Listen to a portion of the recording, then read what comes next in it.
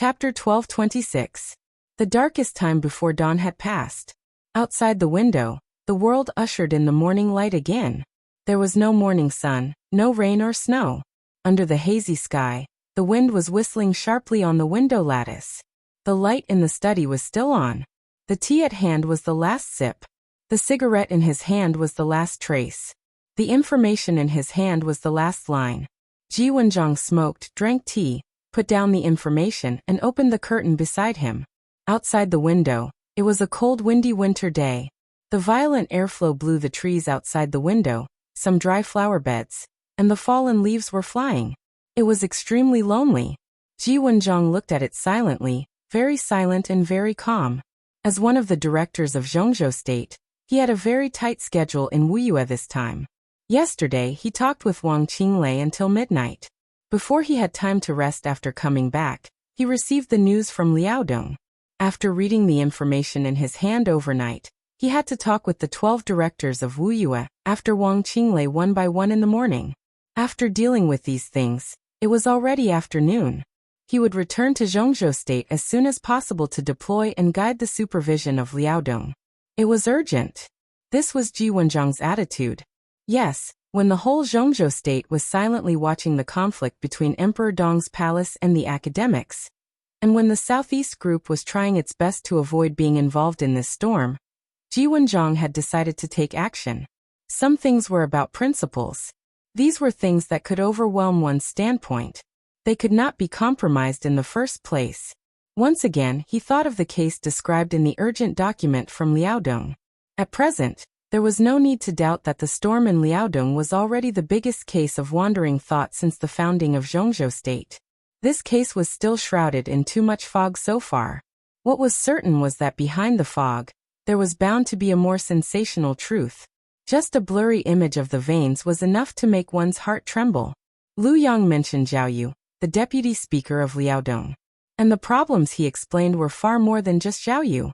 Using Anong as a springboard to connect halfway and halfway as a transit station to Snow Country. This line had actually existed for a long time. Every country would have some hidden chains in the dark. With a bright identity, they used dark means to contact the shady people abroad and get some tacit benefits. The line in Anong was a chain hidden in the dark in Zhongzhou State. It was just that this line had existed for too long, so it gradually changed its flavor. Lu Yang had served in Anong for close to 20 years. A few years ago, Bai Qingqian had wanted to transfer Lu Yang to Fengtian as the deputy governor. However, Lu Yang had rejected the offer. According to his confession, he was a nail in Anong, constantly creating benefits for some people behind him. He transported large amounts of food, cigarettes, and wine to the peninsula. At the same time, he sent some young and beautiful peninsula women who lived in difficult living conditions to Liaodong and Snow Country. They could also obtain large amounts of cheap arms, and even some heavy industrial goods from Snow Country. This train of thought was still vague so far, but the things involved were appalling. The interests involved in what Lu Yang had told them were already unimaginable. Now, with Zhao Yu's fall, the standard of the incident had completely escalated. After the intervention of the Zhongzhou State's Ministry of Supervision, it was destined to cause a huge earthquake that affected the entire academics. However, Ji Wenjang still wanted to intervene. This was not in line with the interests of the Southeast Group. But he was the supervisory minister of Zhongzhou State, and it was his duty. In this position, it was impossible for him to do things against his conscience. If he dared to tolerate this matter, it was tantamount to his contempt for his lifelong career. Not to mention that this matter happened in Liaodong. Even if it happened in the backyard of the Southeast Group, Ji Wenjang would still take action in a high-profile manner. Ji Wenjang withdrew his gaze from the window and took out his mobile phone. He thought about it, put down the mobile phone, picked up the red confidential phone on the table, and dialed a number. The phone rang twice and was quickly connected. "Uncle Ji, good morning." On the phone, Wang Shengxiao's clear and peaceful voice rang out. "Not very good." Ji Wenjang smiled. "I didn't sleep last night, and I guess I can't rest today. I'm tired and old. My spirit can't keep up." "Uncle Ji, you're in the prime of your life. It's a good time for you to do your career."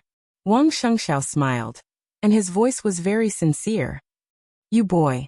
Ji Wenjang laughed. Do you know what I like most about you? That is, when you speak, even if it's a lie, your tone makes people feel comfortable. You're going to retire soon. You're in the prime of your life. That's in the past.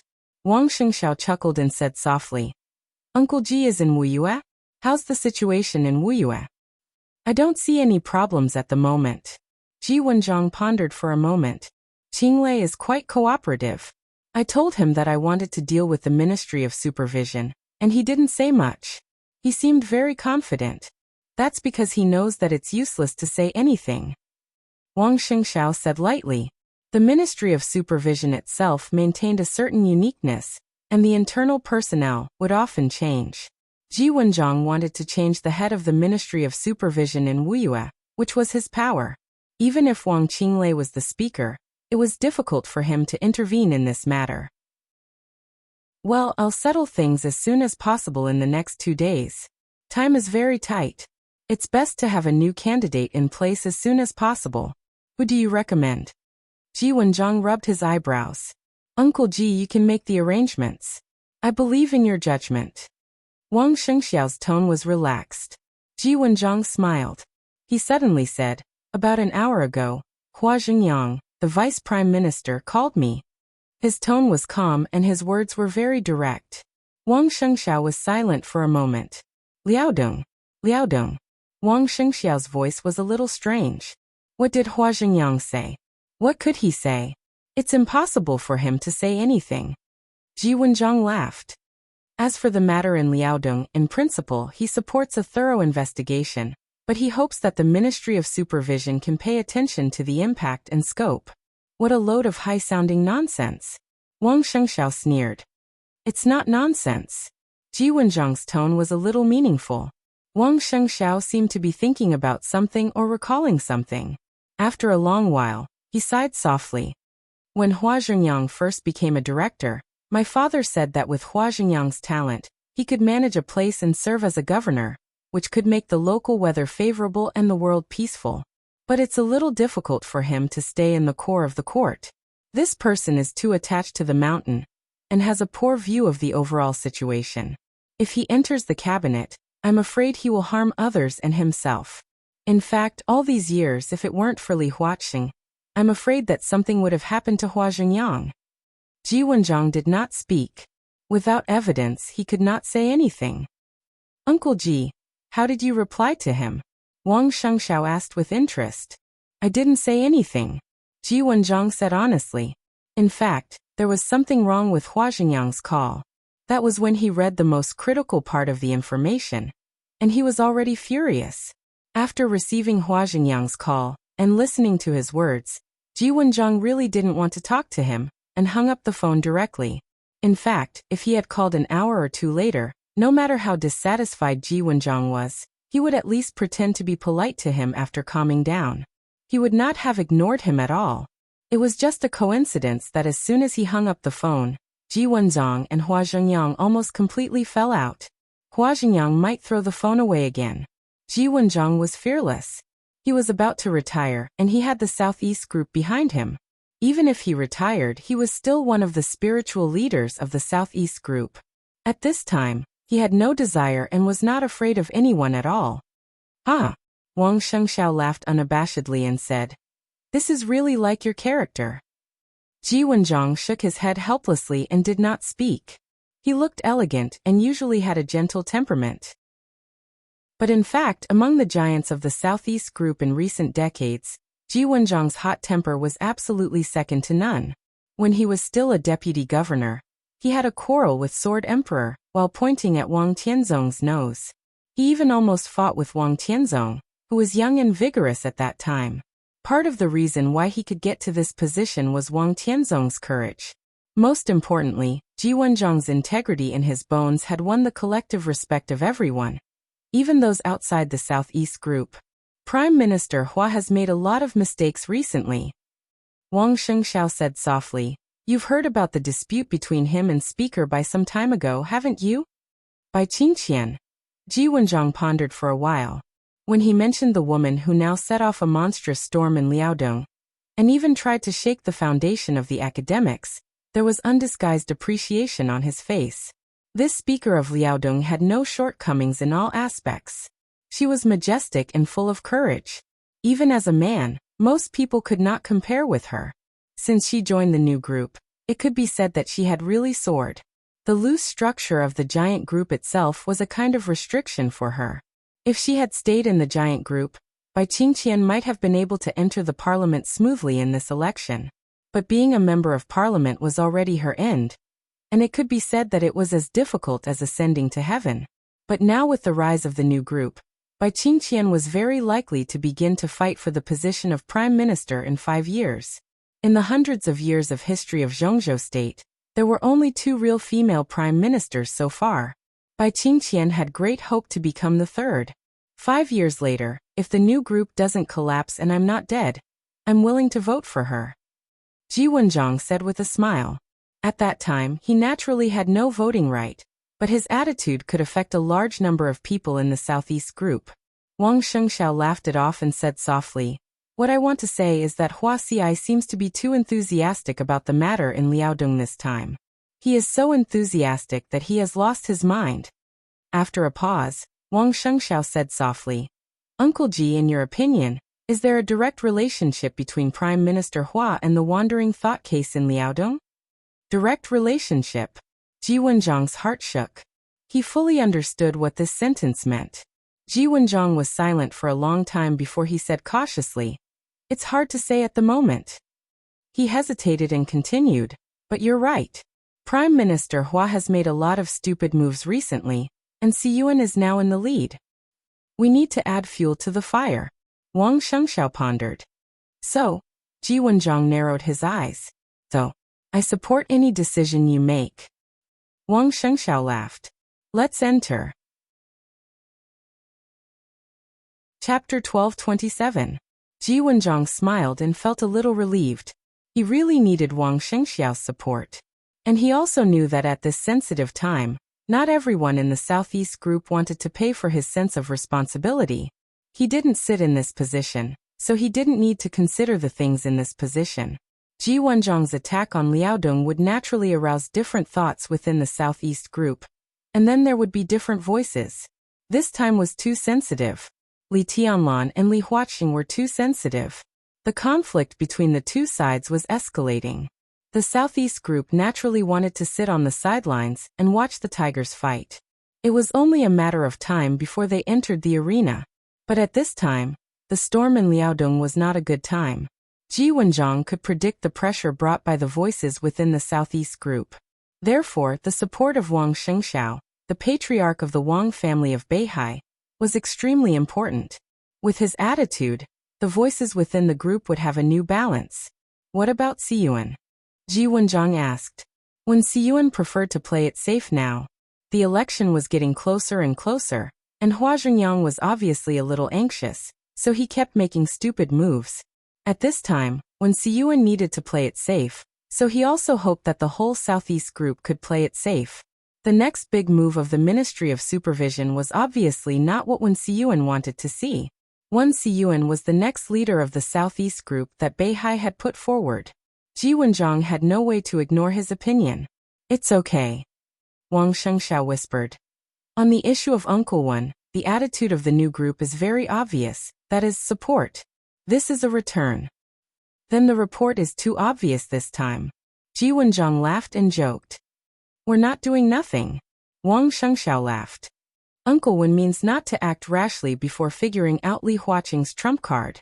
Not acting rashly doesn't mean not doing anything. It's our duty to support Bai Qingqian on the Liaodong issue. It's also the obligation of the Wang family of Beihai to stabilize the economic situation of Zhongzhou state." Together, in the end, Wang Shengxiao couldn't help laughing a little louder. "We still haven't done anything. But we've done a lot." Ji Wenjiang nodded. The so-called doing nothing referred to helping the new group on the Liaodong issue, but Beihai would also help the academics on the Flourishing Age Fund. In this way, he would help both sides once and suppress them once, which could be considered as canceling each other out. It might seem like they didn't do anything, but in fact, what they did was done. When the time was right, they would naturally get the expected returns. As for what the Academy and the new corporation thought, It didn't matter at all. That was the deal. Between groups, balance was always the main theme. There was a limit to human relationships, and naturally, there was no problem that could not be resolved. Friends and enemies were constantly changing. When the situation was complicated to a certain extent, friends would become enemies, and enemies would become friends. Wang Shengxiao was very young, but now he had obviously begun to adapt to the role of patriarch of the Wang family of Beihai. Everyone could see his progress and growth. In the past 2 years, under tremendous pressure, he had been constantly maturing. Now, in the face of chaos, he was obviously trying his best to stabilize and maintain the current situation of the Southeast Group. Shengxiao, now we old guys can almost rest assured about you. Don't. Wang Shengxiao couldn't help laughing. Uncle Ji, you are not an old guy. Even if you are not in the parliament, you are still the flag of the Southeast. In your eyes, I am a real junior. In the future, we still need your means and experience to escort us. Ji Wenjiang had heard similar words countless times, but he still enjoyed listening to this kind of voice that made people feel comfortable and sincere. His tone was very relaxed. Anyway, as long as you have a plan in mind, Shengxiao. Wang Shengxiao said yes. Ji Wenjiang hung up the phone and picked up the materials in front of him again to read. Listening to the busy tone on the phone, Wang Shengxiao quietly put down the phone thinking. Ji Wenjiang would not have thought that when he called Wang Shengxiao and even talked about Wen Siyuan. Wang Shengxiao was in Wen Siyuan's office. The office of the Speaker of Beihai was luxurious and spacious, with an office area of nearly 600 square meters. The interior was carved with dragons and phoenixes, and there was a huge fairy from outer space screen. Soft lights were sprinkled in every corner. Behind the mahogany desk, Wen Siyuan, who was dealing with documents overnight, looked up at Wang Shengxiao and said with a smile, Wenjiang can't sit still anymore. He wants to move. Wang Shengxiao nodded. Uncle Wen, you know Uncle Ji's character better than I do. When this kind of thing is exposed, Wenjiang can't help it. His sense of responsibility obviously exceeds his position.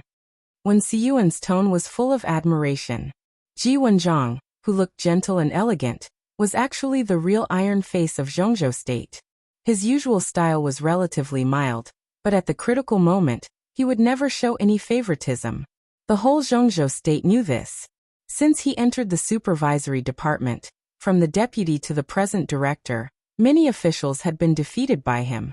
Many people in the 6 groups, including the Southeast Group, had been defeated by Ji Wenjiang. He was resolute and ruthless. For Zhongzhou State and the Southeast Group, this was a good thing. Wen Siyuan looked at the desk in front of him. At this time, facing him were the cross flags of the Wang family of Beihai's firmament, and C and the star flag of Zhongzhou State. Deep and bright red intersected, quiet and solemn. Wen Siyuan nodded and said softly, It's good to move. These years, some people have obviously been wrong. Achievements can't cover up mistakes. It's time to sound the alarm for some people. I'm afraid the matter in Liaodong is not small, Wang Shengxiao said with a smile. So far, in just over a week, a deputy speaker had been defeated. Regardless of what would happen later, the current situation was already a big deal for Zhongzhou State. Moreover, everyone knew that Zhao Yu would not be the end of this matter. Liaodong, I'm afraid the academy can't be saved. It's hard. When Siyuan shook his head, Liaodong was the place where the academy started. It was also their most valued backyard and core. Its importance could not be overstated. It was like Beihai of the Southeast Group, Southwest of the Prince Group, and Zhongyuan of the Giant Group. Liaodong hid too many secrets of the academy. Perhaps the last thing they should do was to introduce Bai Qingqian to Liaodong in order to perfect their own promotion system. It seemed to be a good move at the beginning. But since Bai Qingqian was introduced, why did they deliberately provoke her? Now it could be said that the academics brought all this upon themselves. From Fengtian to Anong and then to the director's seat in Liaodong, it had only been less than 10 days, but the storm had already been fierce.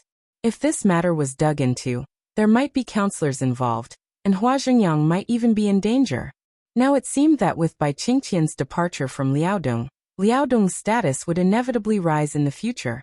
It could be said that the academics' plan had succeeded. But the ridiculous thing was that although their plan had succeeded, it was difficult for Liaodong to belong to them. The academy had no chance to perfect their own promotion system. It was estimated that they had to wait for another 5 years. Fortunately, Li Huaqing was re-elected. If not, the academics would have been in question whether they could continue to exist under the joint pressure of several groups. If the matter in Liaodong has something to do with Hua Zhengyang, even if it's just a little bit, it's a good thing for Uncle One, right? Wang Shengxiao said with a smile. Now was the time when the competition between Wen Siyuan and Hua Zhengyang was the fiercest. If Hua Zhengyang was affected by the storm in Liaodong, Wen Siyuan's chances of winning were almost 100%.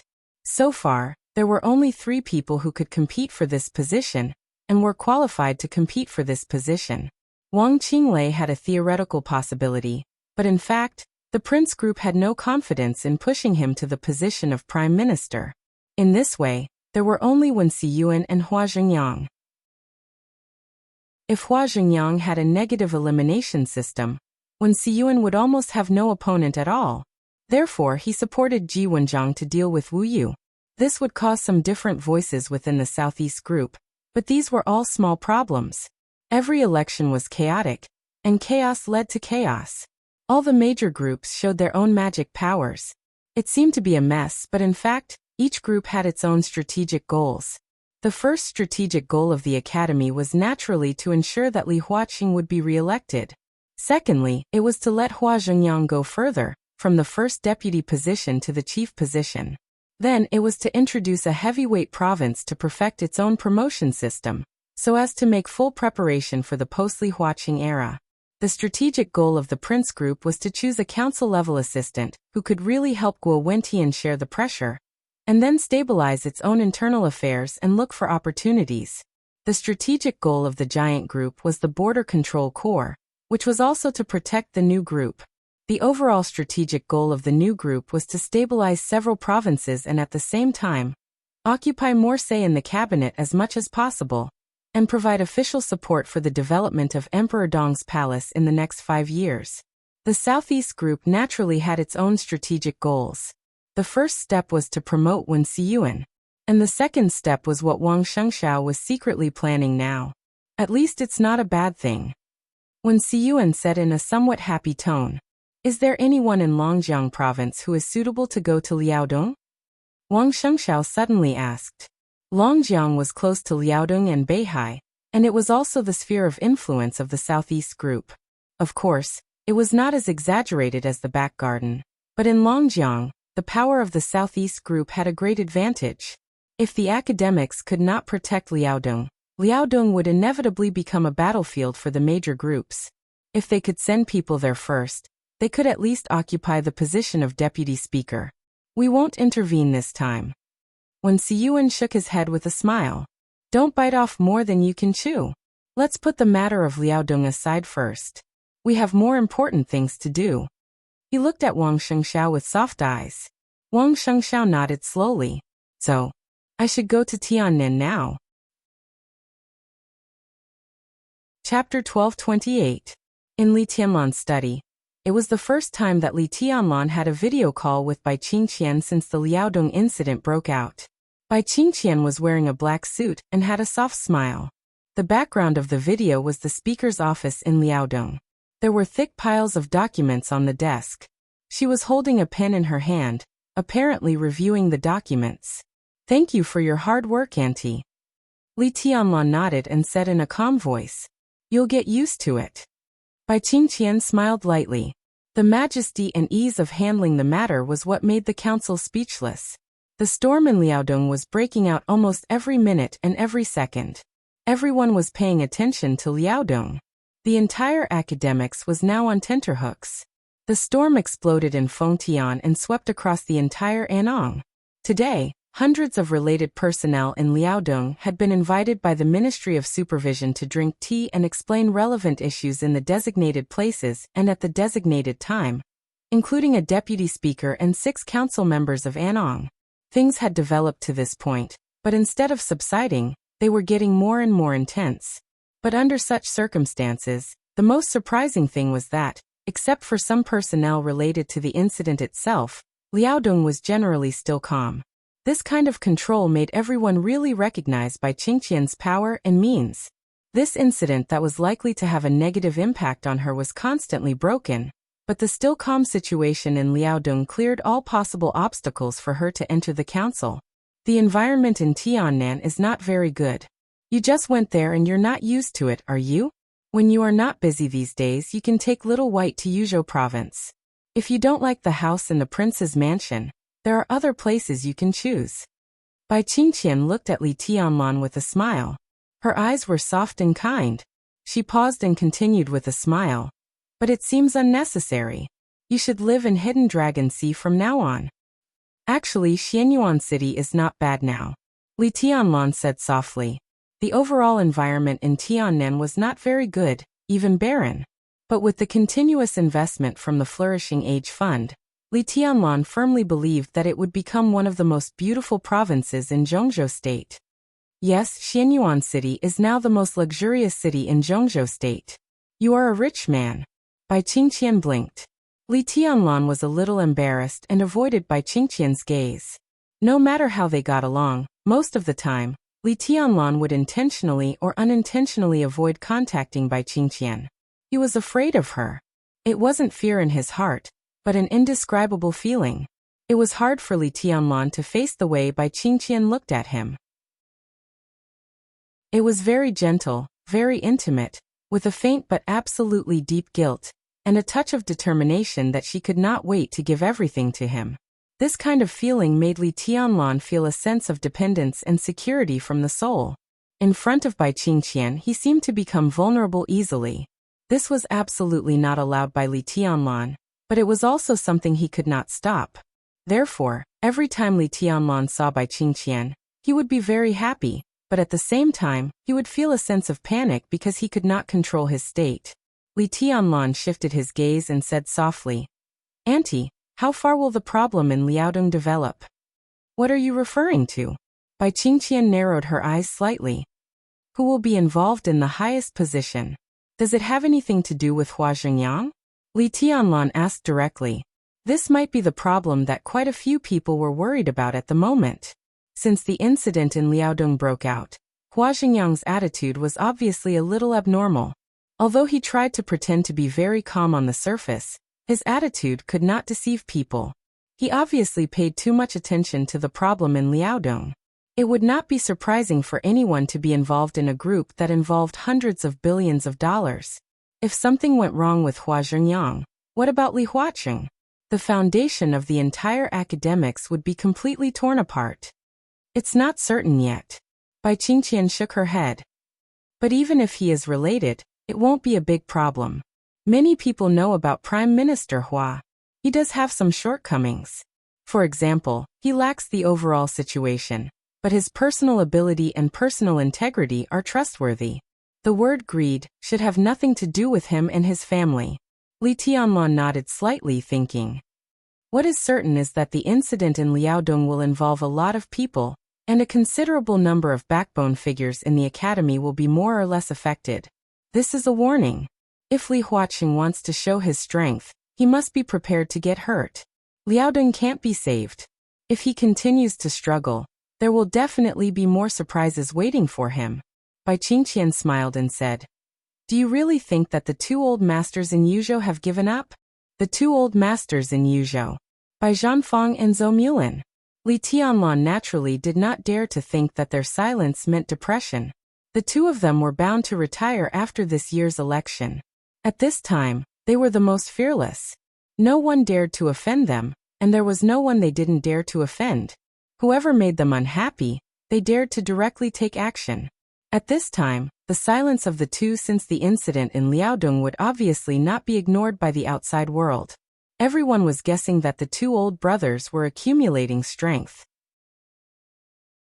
Once the academy made a new move, the two of them were very likely to make a fierce move that would surprise everyone. Li Tianlan suddenly felt that it was necessary for him to go to Yuzhou. He shook his head hard and continued, "Yang Xiao has something to do with this incident, right? He can't run away." Bai Qingqian's voice was full of confidence. Yang Xiao was her current partner in Liaodong, and also the current governor of Liaodong. He was Hua Xingyang's confidant and capable general who had been promoted by Hua Xingyang. He was also an important figure who the academics had placed in Liaodong to keep Bai Qingqian in check. His personal ability was extremely strong. But then again, it was almost impossible for Andong's problem to be so serious without the protection of people at Yang Zhao's level. Auntie, at the right time, you should move slowly. Li Tianlan deliberated over his words and said slowly. Bai Qingqian was a little surprised. It seemed that she did not expect Li Tianlan to be so cautious. She played with the pen in her hand and said softly, "What did you hear?" At this time, Hua Xingyang needs to be steady. Li Tianlan's voice was calm. "Of course, I'm not going to touch her. I'm not a narrow-minded woman." Bai Qingqian could not help but smile. The dispute between her and Hua Xingyang made the rumor that the second minister had smashed the phone spread all over the city. The two had completely fallen out. But Bai Qingqian really did not intend to use this matter to make Hua Xingyang uncomfortable. In fact, she was now trying to avoid Liaodong's problem involving Hua Xingyang. He was Wen Siyuan's main competitor in Beihai. Things had developed to this point, and his own advantages had almost disappeared. This was the best situation. If something happened to Hua Xingyang, and when Siyuan was no longer under pressure, the Southeast Group was bound to extend its power to other aspects. The conflict with the new group was inevitable. It was in the best interests of the new group to keep a certain amount of pressure on Wen Siyuan, and the new group while preventing Hua Xingyang from overwhelming Wen Siyuan at this point in time.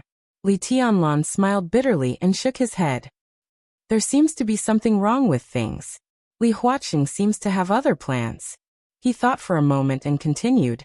Hua Xingyang talked to Ji Wenjiang on the phone this morning, but the communication was very bad. Before we talked, Li Huaqing severely criticized Hua Xingyang. One sentence left a deep impression on me. At that time, his original words were, "What are you panicking for? Liaodong can't be lost. What is ours. No one can take it away." Bai Qingqian was obviously stunned. She thought for a moment and said slowly, "Li Huaqing called Hua Xingyang? In front of you?" "Yes and no." Li Tianlan smiled.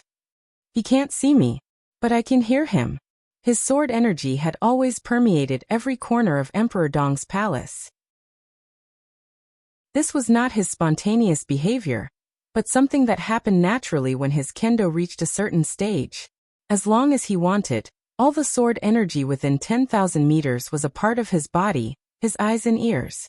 Li Tianlan could block out some things, but for the people he wanted to pay attention to, as long as they were within the range of his sword energy, his every move, even every breath and heartbeat, would be under his observation. Although Li Tianlan was not there when Li Huaqing called, his sword energy was there. This meant that Li Tianlan was standing closely beside Li Huaqing, and even put his ear on the phone. From what we know at this stage, they can't protect Liaodong. Bai Qingqian said slowly. She frowned and said, "Why is Li Huaqing so confident? Or does he not see the situation clearly at all?" As soon as she said this, Bai Qingqian shook her head. Li Huaqing did not see the situation clearly? Anyone in Zhongzhou State could make this mistake now, but Li Huaqing would never do it. In this case, why was he so sure that the academy could protect Liaodong? In this situation, how could they protect Liaodong? Is it really impossible? Li Tianlan asked. In any case, the academy can't protect Liaodong? His voice was serious. In some cases, Li Tianlan's view of the overall situation was not mature enough. At the very least, he could not have a clear view of the situation of the entire Zhongzhou State. This was where he was working hard to learn. At times like this, he needed the political wisdom of the seniors more. Bai Qingqian was the current speaker of Liaodong. She was the most familiar with the situation in Liaodong. Her judgment was undoubtedly the most accurate. No. Bai Qingqian shook her head and said with certainty. But when she said this, she suddenly fell into a trance. No, really no? Was it really impossible? Li Tianlan noticed her expression and raised his eyebrows slightly. What's wrong?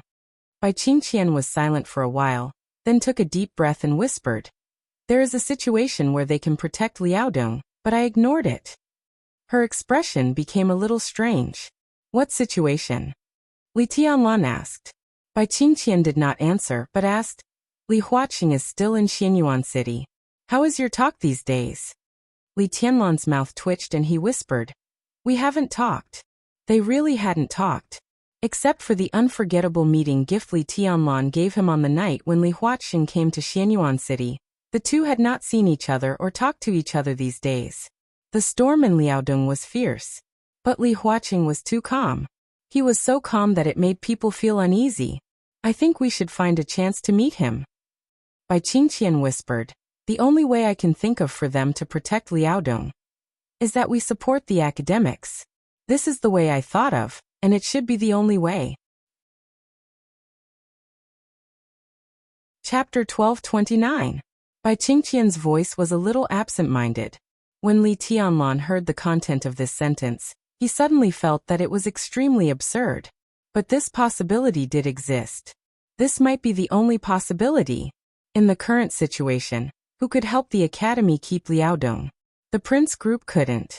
They were now in a mess internally and were powerless. Moreover, the incident in Liaodong was complicated and confusing. If they didn't see the truth clearly, they might get into trouble if they rashly intervened. The Prince group couldn't take action. The Southeast group was powerful, but in the face of Wang Qinglei, a big threat, and Wu Yu, who was more important to them than the academy in Liaodong, they wouldn't have time to pay attention to the academics. The Prince group wouldn't take action. Zhou Yunhai's attitude toward the North group had always been subtle. But even if they betrayed the good relationship with the current new group, their strength was not enough to change the outcome of this matter. Special Warfare Group. Haha, now the Special Warfare Group existed in name only and was basically a joke. The academics couldn't protect Liaodong at the moment. So no matter what, in any situation, the only way for the academy to protect Liaodong was to get Li Tianlan's support. As the flag figure of the new group, Bai Qingqian was in charge of Liaodong and could get all the information. If Li Tianlan wanted to help Li Huaqing suppress the matter, he had a specific direction of operation and also powerful strength. As long as Li Tianlan didn't support it, no matter what the academy did, it couldn't protect Liaodong. What was this?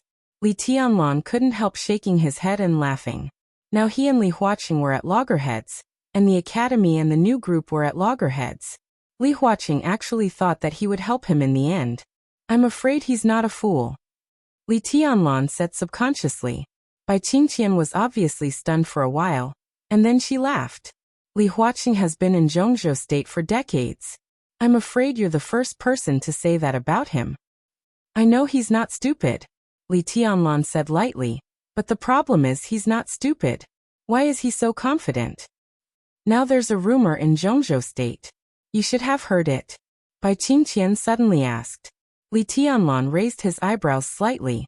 We all know very well that Li Huaqing is not someone who is good at taking risks. Bai Qingqian said softly. He has never been a strong president. This time he suddenly went to Tiannan. It seemed aggressive, but in fact, under the current circumstances, only when he is in Emperor Dong's palace will there be enough space between us. Right now the two of us are fighting, killing, displaying our strength. We want to make the other party compromise first. In fact, it's clear that you can't destroy Emperor Dong's palace, and Li Huaqing won't let you leave Zhongzhou State. That's the bottom line for all of us. With this bottom line, it's impossible for us to fight to the death. So in the end, no matter how bad it is, even if the Flourishing Age Fund is greatly weakened, even if the academics have lost their foundation, we still have to talk. Li Huaqing definitely has a trump card when he goes to Xianyuan City. Right now, the rumors in the outside world are that Li Huaqing has prepared a trump card that can make you compromise 100% of the time. No matter what happens, as long as he shows his trump card, you will retreat. No one knows what that trump card is. Li Huaqing has never told anyone about it. Maybe apart from Li Huaqing, only you, the person involved, know something. Put yourself in his shoes and think about what Li Huaqing would give you to make you compromise without hesitation. Li Tianlan was silent. He thought of Qin Weibai immediately. He thought of Li Huaqing threatening him with Qin Weibai. Everyone had a weakness. Qin Weibai was his biggest weakness. A weakness that could make him put aside everything and ignore the overall situation. An incomparably piercingly cold murderous intent suddenly rose in his heart. Li Huaqing wanted to threaten him with Qin Weibai. How dare he? What are you thinking about? Bai Qingqian suddenly asked. Although the two of them were thousands of miles apart in video communication, she saw all the changes in Li Tianlan's expression in an instant. She wanted Li Tianlan to think about what could make him interested. But the expression he showed was not interest, but killing intent. Could it be Little Bai? Li Tianlan suddenly said. Threatening you with Little Bai? Bai Qingqian was stunned. The corner of Li Tianlan's mouth twitched slightly. What if it's true? Bai Qingqian asked meaningfully. If Little Bai falls into the hands of the academics, will you compromise? Do you think I will? Li Tianlan suddenly laughed. In everyone's impression, except for Qin Weibai, Li Tianlan had always been a person with little mood swings. He was not exactly dull, but most of the time, he was calm and restrained in his emotions. At least, Bai Qingqian had never seen Li Tianlan smiling at this moment. This was the kind of Li Tianlan that made people's scalp tingle at first sight. Bai Qingqian was silent. If they dare to kidnap Little Bai, it will be difficult for her to appear by my side in this life.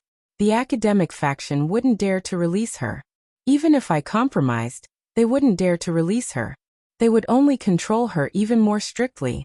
They would use her innocence, her life, and her reputation to threaten me.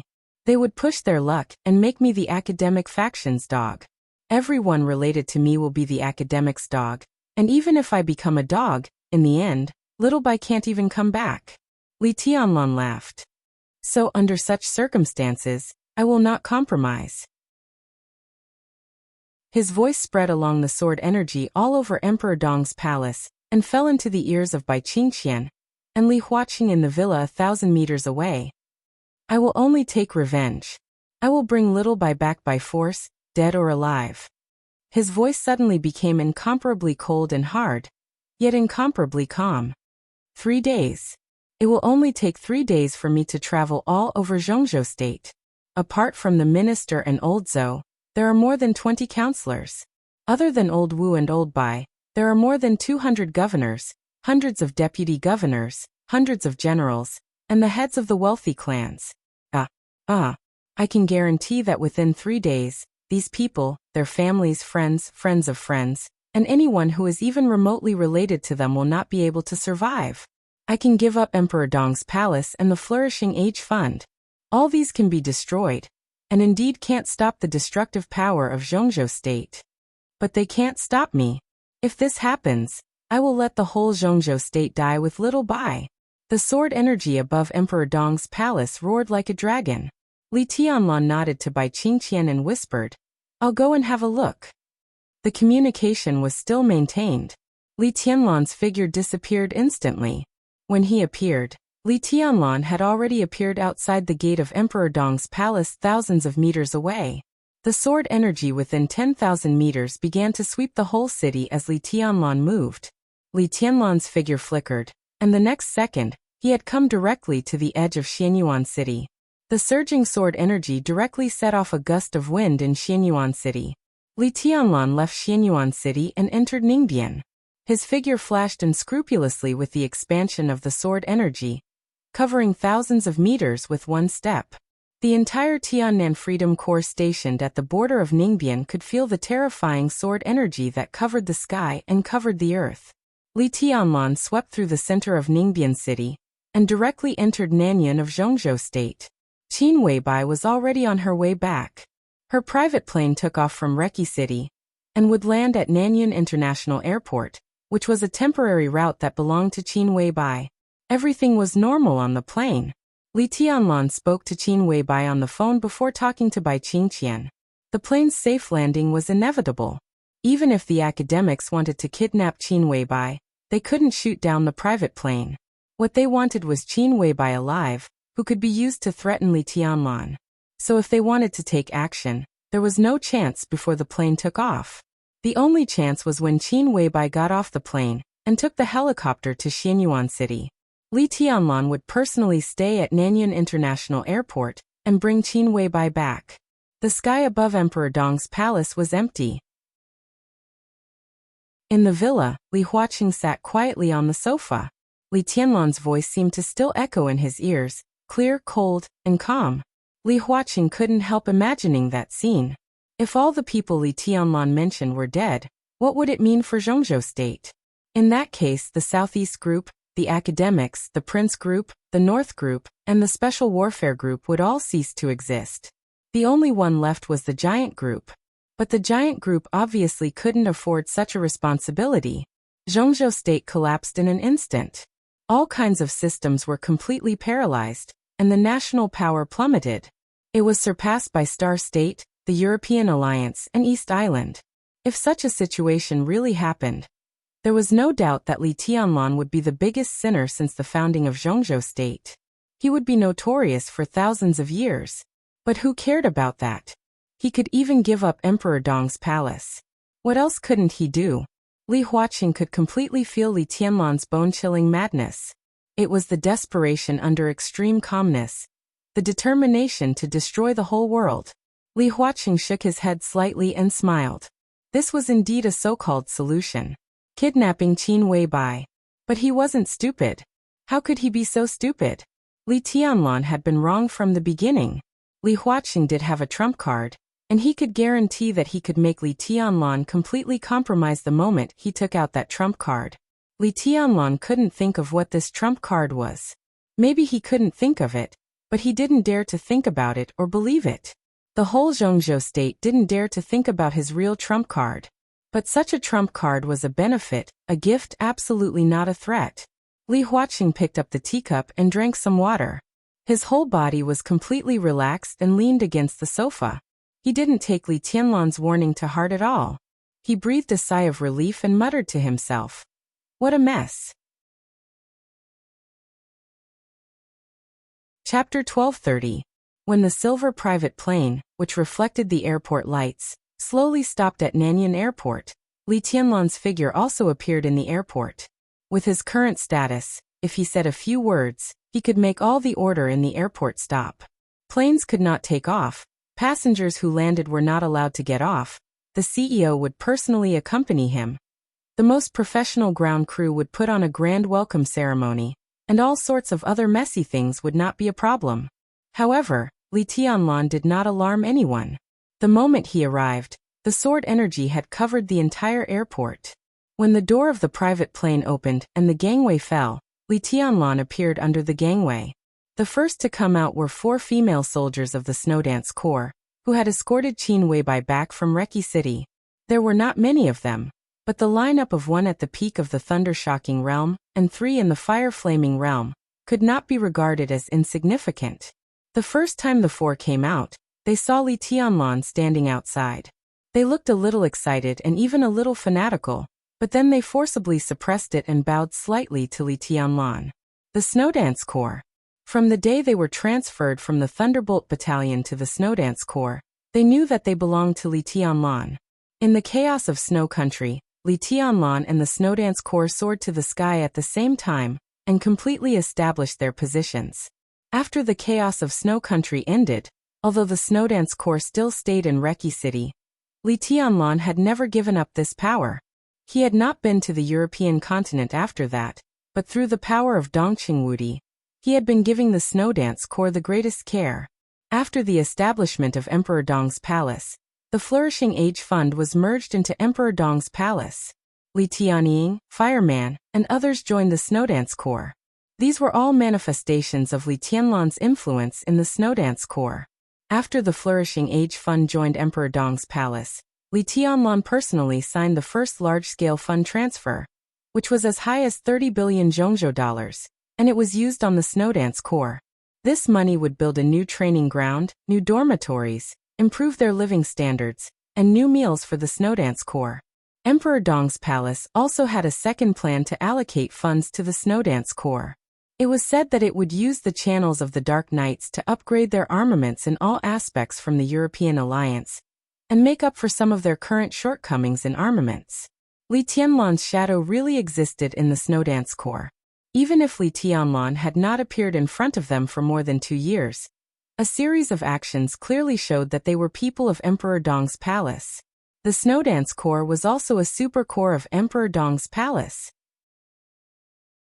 They were sacrificing their lives for the strongest expert of this era.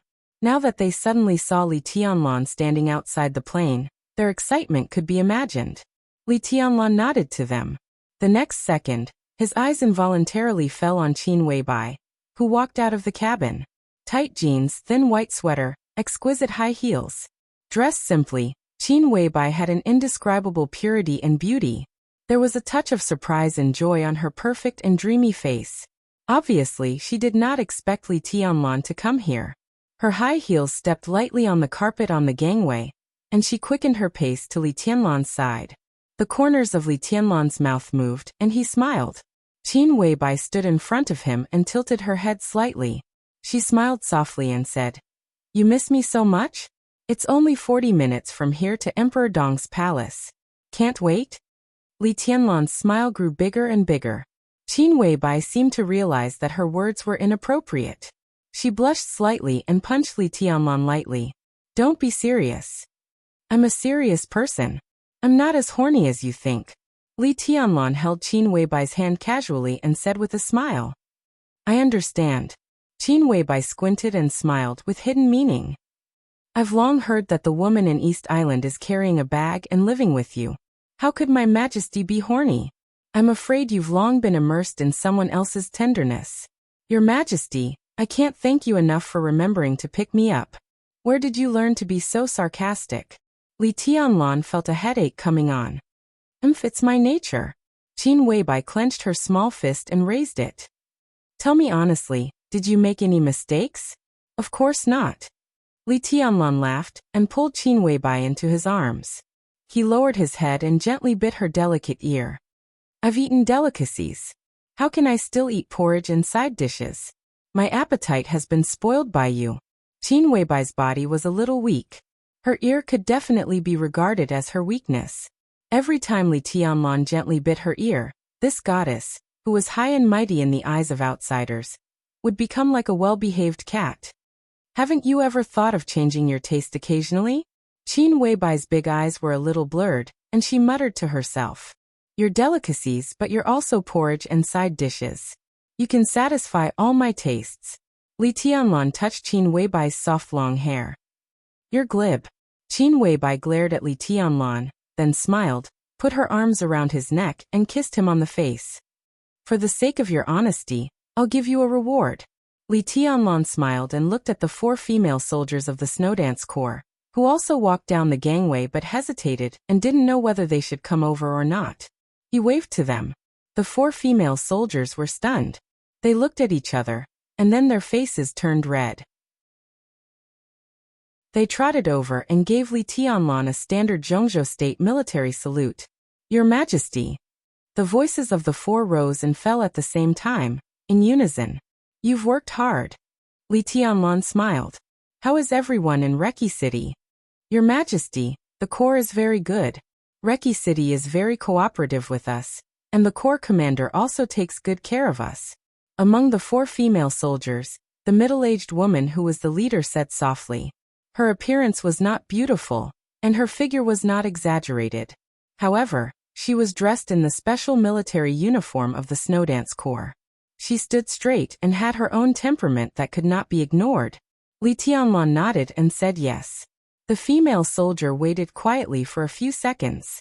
Seeing that Li Tianlan did not continue, she whispered, "Your Majesty, if there's nothing else, we'll go back. We were going to escort Madame to Emperor Dong's palace, but your Majesty has come in person." She smiled softly and did not continue. "Company Commander Red Lotus, you should also go back to Emperor Dong's palace. You go first. I'll walk around with little Bai." Li Tianlan said with a calm smile. The woman named Red Lotus was obviously stunned for a moment. She did not hear Li Tianlan's words clearly, but she heard the first few words. Her voice was a little trembling. "Your Majesty, do you remember my name? You're famous. How dare I forget?" Li Tianlan's voice became a little happy. The predecessor of the Snow Dance Corps was the Thunderbolt Battalion. What did the Thunderbolt Battalion mean? Powerful, crazy, invincible, and invincible. There was no need to use too many adjectives. It was a simple sentence. The Thunderbolt Battalion was the strongest army in the world. There were very few women in such an iron army. In other words, the women who could successfully enter the Thunderbolt Battalion through layers of selection were not ordinary, and they were even more resilient than men. There were less than 100 women in the Snowdance Corps, and they formed a company of their own. Red Lotus, an expert at the peak of the thunder-shocking realm, was the company commander and also served as the senior staff officer of the Snowdance Corps. She was 42 years old and a colonel. It could be said that she was a strong person who could not be ignored in the Snowdance Corps. Well, Reki City is generally calm, and the Aurora Legion will not make any big moves in a short time. The Snowdance Corps and Emperor Dong's palace are a family. In the near future, I will consider sending some people to Emperor Dong's palace. Little Bai is also short of people. Company Commander Red Lotus can be Little Bai's close guard. The three of you can join the Nightmare Corps. Li Tianlan paused and continued. Of course, this is not a mandatory order. If you don't want to come, you can continue to go back to the Snowdance Corps. Red Lotus looked back at her three subordinates. The three of them were trembling with excitement, and their faces were red. But because of their iron discipline, they did not speak. Red Lotus laughed heartily and said with a heroic spirit, "Of course we want to. Reki City is still too boring. If we can come to Emperor Dong's palace, we can't ask for more." She looked at Qin Weibai and bowed slightly. "Madam, please take care of me in the future." From a colonel to a bodyguard, it seemed that she had plummeted, but in fact, she had soared to the sky. To be a bodyguard, it depended on whose bodyguard she was. If she could become Qin Weibai's close guard, not to mention anything else, just in terms of her personal future, Red Lotus's future could be said to be broad. At least one thing was certain. With this identity, the person who she had to salute when she met before now had to lower his head and talk to her when he saw her. Qin Weibai smiled and squeezed Red Lotus's shoulder. She did not say much. In front of Li Tianlan, she had never shown any sharpness. "Well, you take the helicopter back to Emperor Dong's palace. We'll talk after you settle down." Li Tianlan waved his hand and watched the female soldiers leave with a calm expression. These were all people he could completely trust. "Aren't we going back with them?" Qin Weibai looked at Li Tianlan with some confusion. "What bad idea do you have?" "You said it's a bad idea, so it can't be much better," Li Tianlan said casually. Qin Weibai snorted softly. "By the way, where's Xian Yan?" Li Tianlan suddenly asked. "She got on the plane in Reki City and went to Huading to find military counselor. I hope she can learn more from military counselor during this time." Qin Weibai said softly. Li Tianlan said yes, and did not say anything more. "Anyway, we're not in a hurry to go back now. Let's go shopping." Qin Weibai took Li Tianlan's arm excitedly. "It seems that you haven't gone shopping with me yet. I want to buy a few pairs of shoes and a few sets of clothes." "Well, Li Tianlan looked around and said helplessly, "This is the airport. There are also large shopping malls in the airport. Pig, what era are we in? Let's go. Help me choose a few pairs of shoes and put them on the plane. It's convenient to change." Qin Weibai giggled and pulled Li Tianlan out. Li Tianlan subconsciously looked back at the silver private plane parked in place. The private plane belonged to the Samsara Palace, so it was now the property of Emperor Dong's palace. Qin Weibai had been flying around the world in it over the years. Qin Weibai specially changed a cloakroom inside the plane, in which there were about 100 pairs of shoes, bags, and clothes of different styles. The total value was probably enough to buy a luxury apartment in the center of Yuzhou. Qin Weibai once said that she would find a chance to play with Li Tianlan on the plane, and let him experience the temptation of a uniform. Unfortunately, there had been no chance. This was something that Li Tianlan had always felt a little regretful about. "Then let's go shopping." Li Tianlan laughed. "By the way, I'll fish and see if anyone is stupid enough to take the bait." Chapter 1231. Fishing. Qin Weibai looked at Li Tianlan in confusion. "What do you mean?" "It's a sensitive period. I want to see if anyone is stupid enough to attack you. If there is such a person." Li Tianlan's eyes flashed. He was already by Qin Weibai's side, so it was impossible for anything to happen to her. But if someone really wanted to attack Qin Weibai, whether they succeeded or not, Li Tianlan would make them pay an absolutely terrible price. Well, I thought you really came to pick me up because you missed me. It turns out that you plan to use me as a bait? Am I bait? Qin Weibai reached out and pulled Li Tianlan's face, pulling his calm face into a slightly weird expression. If it weren't for this, would you still be waiting for me to come to you in Emperor Dong's palace? I'm worried about your safety. Li Tianlan looked at Qin Weibai with soft eyes.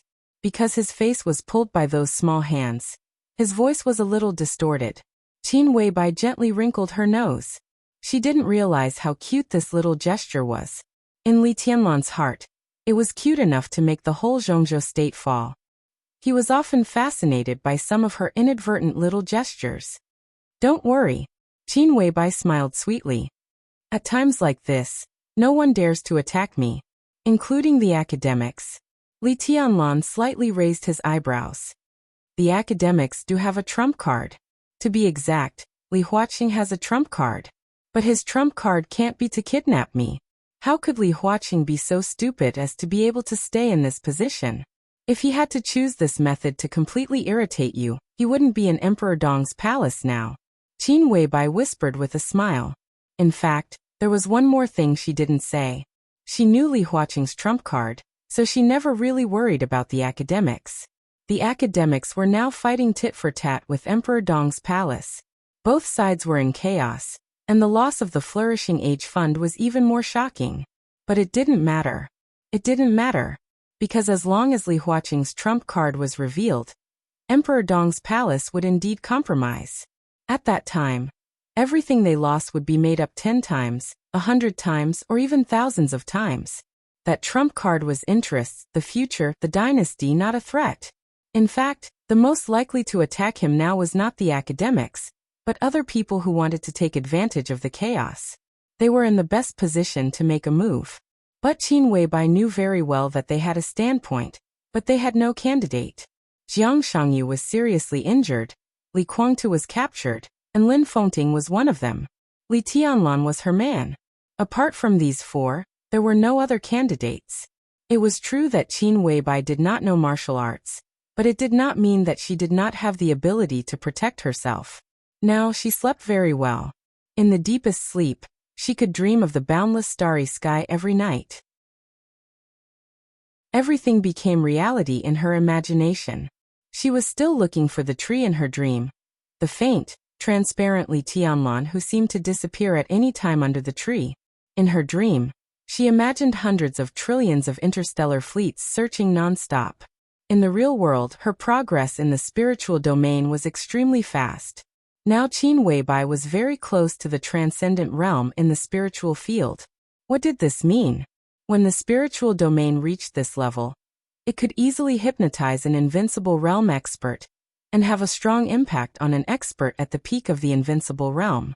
In this state, if Qin Weibai went further, she would have reached the point where she could try to crown Li Tianlan's spirit. Now, even in the face of an expert at the peak of the invincible realm, she had enough ability to protect herself. For the time being, she could not easily affect an expert who surpassed the peak of the invincible realm. An expert who could surpass the peak of the invincible realm, but how many such experts were there in the dark world? At this time they would either be seriously injured or not hurt her. So Qin Weibai flew around unscrupulously. Jiang Shangyu obviously understood this, so even if he had the right to make a move, he did not have the ability. At the same time, he would restrain his allies from seeking their own deaths. So now Qin Weibai was very safe. Very, very safe. Do you know Li Huaqing's trump card? Li Tianlan put his arms around Qin Weibai's slender waist, and their figures flashed. The next second, they had arrived at the gate of the airport shopping center. The shopping center of Nanyuan International Airport was a large shopping mall. All kinds of first-line international brands had counters here. Qin Weibai walked in with Li Tianlan and said with a smile, I can roughly guess. Li Huaqing is a gentle person, but he is very courageous. This kind of person can usually control the overall situation and be stable. But in his bones, he also has a very crazy passion and the courage to take a big gamble.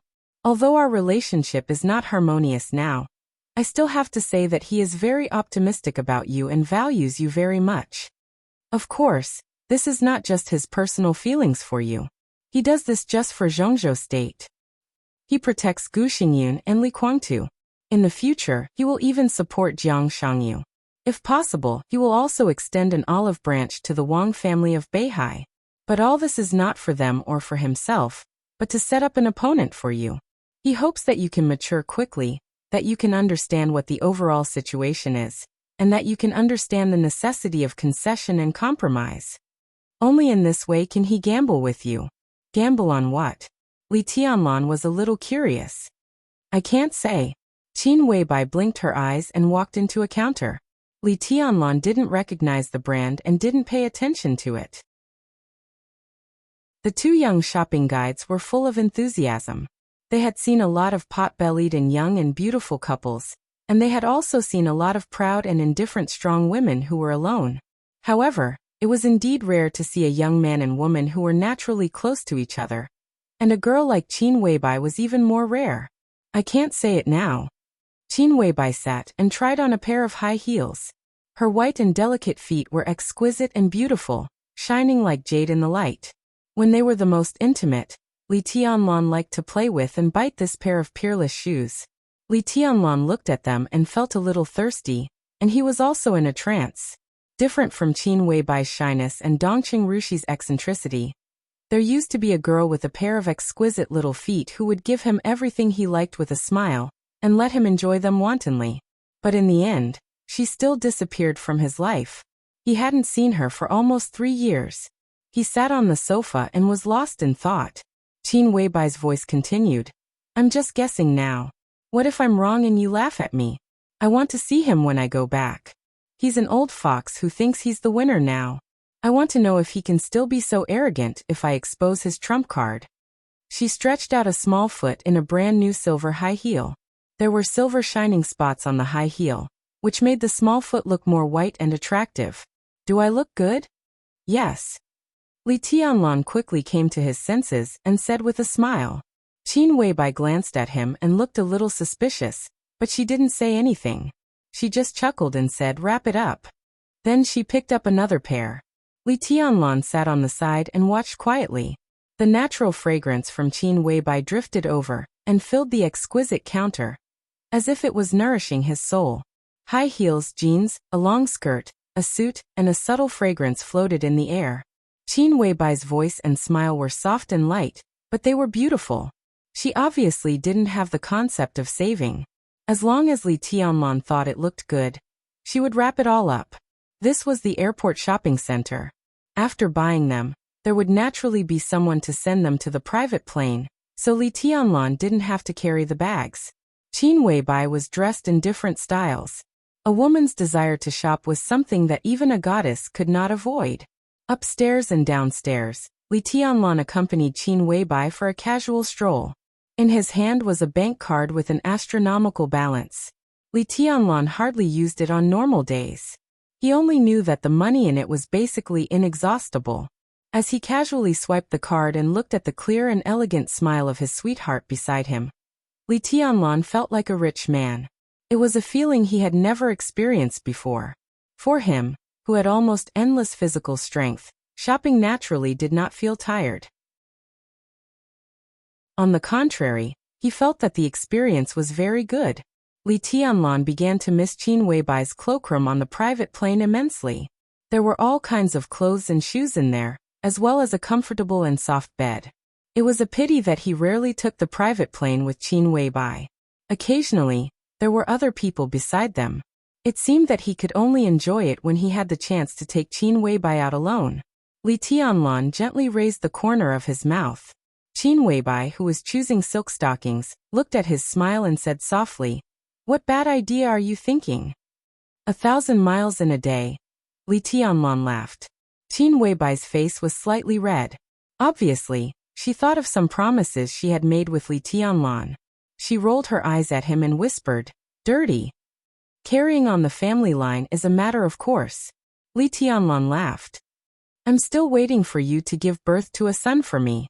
Before I went to East Island, You said that if I came back alive, I would be rewarded and that you would give birth to a child for me. After so many years, well. Li Tianlan's somewhat joking expression paused slightly, and he was a little confused. Did you take any safety measures? Li Tianlan was sure that he wasn't so bored. No. Qin Weibai blushed and looked at the silk stockings in front of her. She didn't wear silk stockings often, but she used them a lot when she was with Li Tianlan. These things were basically one-time consumables in Li Tianlan's hands. They were white, black, and flesh-colored. Qin Weibai planned to pack them all back. That's strange. Li Tianlan murmured. Don't worry. Qin Weibai smiled. You're very healthy and so am I. Of course she knew why she hadn't been pregnant. It might be incredible, but in fact if she were pregnant, the master of Samsara Palace would definitely be pregnant at the same time. This kind of thing went beyond physiological factors. No matter how you looked at it, although they could exist at the same time, they were indeed one person. Now the master of Samsara Palace was hovering on the edge of life and death. Naturally, Qin Weibai had no possibility of giving Li Tianlan a child. Yes. Li Tianlan nodded and said thoughtfully. It seems that I need to work harder. Qin Weibai giggled. Then you have to perform well tonight. Li Tianlan hugged her from behind, lowered his head, and bit her ear. He said in a hoarse voice, let's go back together later. We don't need a helicopter. How about we try outside tonight? Outside? To get a room? Qin Weibai asked. Li Tianlan laughed in a low voice. When I came here, I saw a forest was not bad. Qin Weibai finally understood what he meant outside. She blushed and said, Tianlan, you're getting worse. Li Tianlan's hand tightened around her, and he smiled without saying a word. The shopping guide walked over quickly with a smile on her face, and her eyes were respectful.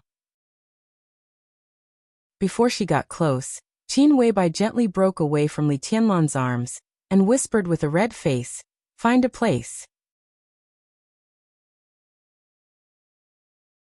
Chapter 1232.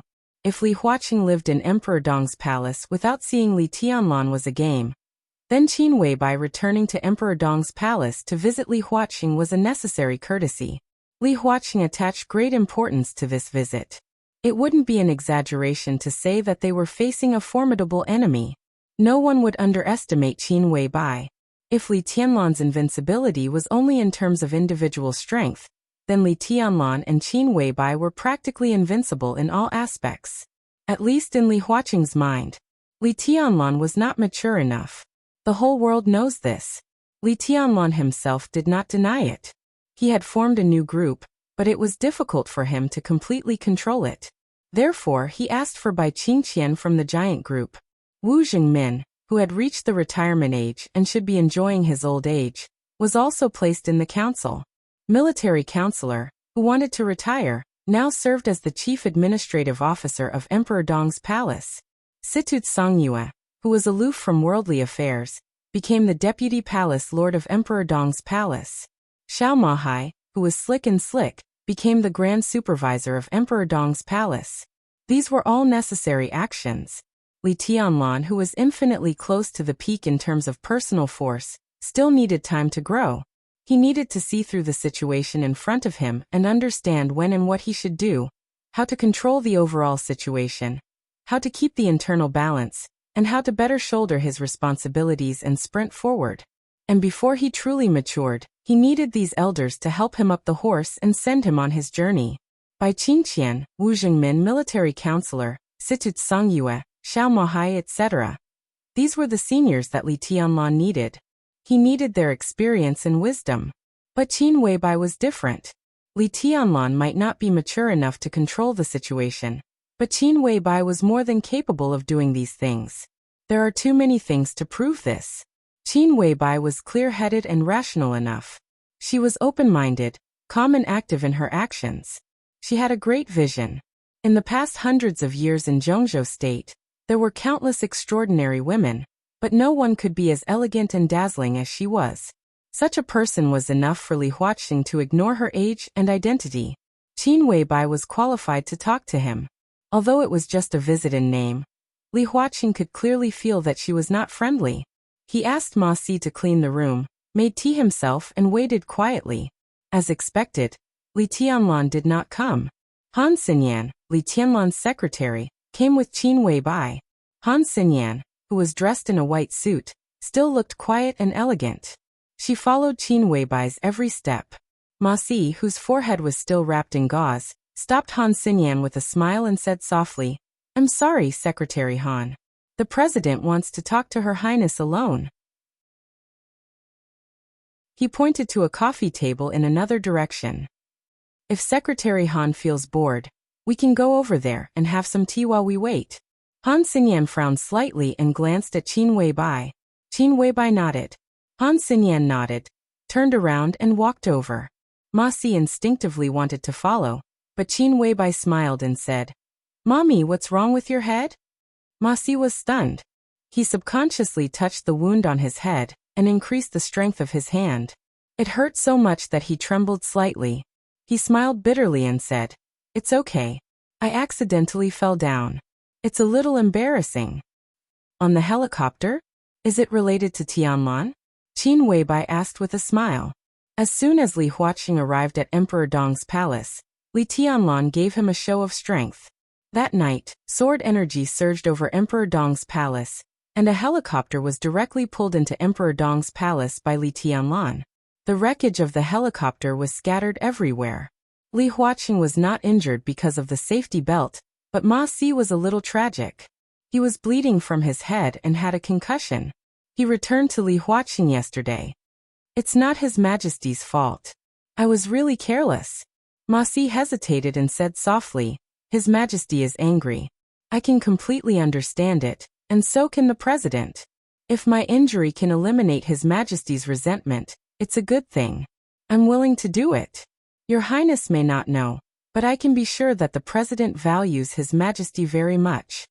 Qin Weibai took a deep look at him and said softly, "Mommy is really a smart man." Ma Si shook his head with a wry smile and did not speak. He was Li Huaqing's secretary, which meant too many things. Besides, he was Li Huaqing's old secretary. He had been with Li Huaqing since he first became a council member, and was not the president. It had been 15 years now. It was extremely rare that he did not change his secretary for such a long time. It was enough to see that Li Huaqing used Ma Si very well. At least in Li Huaqing's heart, Ma Si was definitely one of the most trustworthy people. He was his confidant. Li Huaqing knew Ma Si very well. Ma Si naturally knew Li Huaqing well enough. Now the outside world, and even the entire academics were guessing what Li Huaqing's trump card was when facing Emperor Dong's palace. There were all kinds of guesses, but no one was really sure. Qin Weibai could vaguely guess something based on the story of the master of Samsara Palace and the current situation, but she was not sure. And Ma Si also had a guess, which was based on her understanding of Li Huaqing. Although that guess was a little unbelievable, combined with Li Huaqing, who was now calmly watching the confrontation of Zhongzhou State with a smile, this guess seemed to be the only explanation. Qin Weibai was a smart woman, and even smart could not be used to describe her. She was a very intelligent woman. Therefore, whether it was to ease the relationship between Li Huaqing and Li Tianlan, for the academics, or for his own future, he had to say these words. These words seemed to be nothing, but the hint was enough. Combined with the hint of Ma Si's words, Qin Weibai collected another clue. The seemingly absurd guess in his heart could basically be confirmed. Her eyes became more and more peaceful, and she said softly and slowly, "Tianlan's temper is not very good. Sometimes, when he is angry, he even scolds me. But he is a person who is angry, but he doesn't bear grudges. His temper comes and goes quickly. When this thing is over, when he thinks of you, Mommy, Tianlan will definitely feel embarrassed. Mommy, with this wound of yours today, Tianlan will definitely give you a satisfactory explanation later." Ma Si's eyes suddenly lit up for a moment, and he was ecstatic. Qin Weibai understood his hint and gave a good response. "I know His Majesty's temper." Ma Si chuckled and touched the wound on her head again. "As long as Your Majesty can calm down, no matter how serious the injury is, I will be fine. It's worth it to me." He looked at Qin Weibai and couldn't help but make a joke. Her Highness is an outstanding beauty. His Majesty is actually willing to scold Her Highness. It's really unexpected. Qin Weibai chuckled. Her eyes flickered. She did not speak, but the temperature of her face was gradually rising. Of course, Li Tianlan scolded her not when he was angry, but when they were at their most intimate. Li Tianlan had never regarded her as a goddess in bed. That bad guy liked to humiliate her, call her those embarrassing names, and liked her begging him to call her master. Qin Weibai did not resent all this. No matter what, she was still a woman. She was high and mighty outside. It would be too tiring for her to be respected by her husband as a goddess at home. So, even though Li Tianlan's demands were a little overbearing, and even a little obscene, Qin Weibai was still willing to cooperate and please him despite her shyness. She could truly feel that she was his woman. The feeling of being used, possessed, and conquered made her feel extremely at ease. Qin Weibai shook her head. Ma Si also seemed to feel that her joke was a little inappropriate. She smiled awkwardly, pointed to Han Xinyan on the other side, and said respectfully, "Your Highness, I'll go over first." Okay. Qin Weibai nodded and looked at Li Huaqing in front of her, who had his back to her. She took a deep breath and calmed herself down. She slowly walked over and sat down on the sofa opposite him. Li Huaqing looked up at her, smiled, and personally poured a cup of tea for her. The top Maojian tea tastes good. Tianlan is in a bad mood and doesn't want to talk to me. But although it's a little cold here these days, the hospitality is quite good. Even I don't often drink this kind of tea. The tea fragrance spread slightly with the infusion of the tea, and the taste was clear and moist. Maojian tea was produced in Zhongyuan province. There had always been a saying in Zhongzhou state that the top Maojian tea and the top Longjing tea were not often drunk even by the directors. The former had mostly become the private collection of the Dongqing clan, while the latter was the treasure of the Wang family of Beihai. But now, with the return of Jiangxia to the Li family, the top Longjing tea of Beihai was probably less and less. Qin Weibai reached out her hand and played with the delicate teacup with her white fingers. She said softly, "Tianlan has more than just emotions. Are you still dissatisfied? You even want to kill me?" Li Huaqing smiled and said, "Did he leave Emperor Dong's palace last night to pick you up? I heard what he said before he left. Young man, your murderous intent is still too strong. In fact, in many cases, killing may not necessarily solve all problems, and killing is not the only way to solve problems. We are all young. Young people should have the mentality and fighting desire of young people." Qin Weibai laughed softly and said, "Now in Emperor Dong's palace, there are already people who have the strength to support Tianlan's youthful frivolity." Li Huaqing frowned, and his eyes were obscure. "That's what worries me the most." Qin Weibai said in confusion, but her eyes were extremely calm. Emperor Dong's palace is too powerful and involves too many people. Tianlan controls Emperor Dong's palace. He has the strength, but his mind is not mature enough. It's not a bad thing. Li Huaqing sighed and said, "Tianlan is indeed strong. I also believe that he is really invincible in the world now. But no matter how invincible he is, there is a limit. Now it is obviously impossible for him to defeat the whole world alone. He once said that he is the overall situation of Zhongzhou state, and I can agree with this sentence. But so what? He is strong in Zhongzhou state, but what about internationally? Does he have to be strong all the time? Offend Star State? Offend the European alliance and all countries? The game between countries has always existed. If you are too strong, you will be easily broken. If you don't know how to give in, for Zhongzhou state, such invincibility will not bring prosperity, but chaos and disaster." Qin Weibai's eyes sparkled. At this moment, she was completely sure of Li Huaqing's trump card. "So," Qin Weibai's voice was very soft. "Now you need to establish a strong enough enemy for Tianlan, or even more than one. Such an enemy needs to be strong enough and difficult enough to deal with. Jiang Shangyu and Gu Xingyin are both in Zhongzhou state. From the standpoint of Zhongzhou state, Tianlan and they are on the same side, which is the most difficult thing to deal with. At least, Tianlan can't directly kill them like he does to enemies. Li Guangtu is more difficult to deal with. If Zhongzhou state lets him come back, his identity will be the same as Gu Xingyun's. Similarly, because of Li Guangtu's identity and the purgatory of heaven capital behind him, it will be more difficult for Tianlan to deal with him. So Tianlan will think that you are deliberately making things difficult for him, targeting him, and making things difficult for him. Li Huaqing narrowed his eyes and said with a smile, I am making things difficult for him. Young people are too arrogant. Of course, we old guys don't like him. If that's the case, then you won't be in Emperor Dong's palace. Qin Weibai also laughed. This is not making things difficult. From my point of view, this is a test, right? Li Huaqing's smile froze. You gave Tianlan a test, a difficult problem. Gu Xingyun, Jiang Shangyu, and Li Guangtu are all the stumbling blocks you put on Tianlan's path, but at the same time, they are also the ladder you built for Tianlan to climb to the sky. Killing can't solve all problems, so you've confined his enemies to an environment where they can't be killed. At least they can't run over blatantly. If Tianlan wants to kill them, he needs more flexible means and methods. He will fight, suppress the enemy, set up traps, calculate, retreat, compromise, or endure when the opportunity arises. He will understand the situation in front of him better and understand what he should do.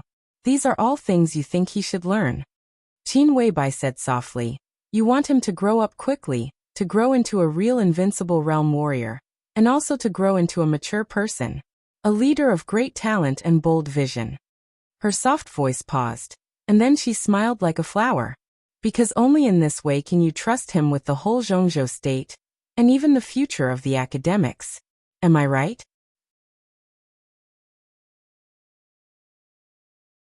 Chapter 1233. Crack.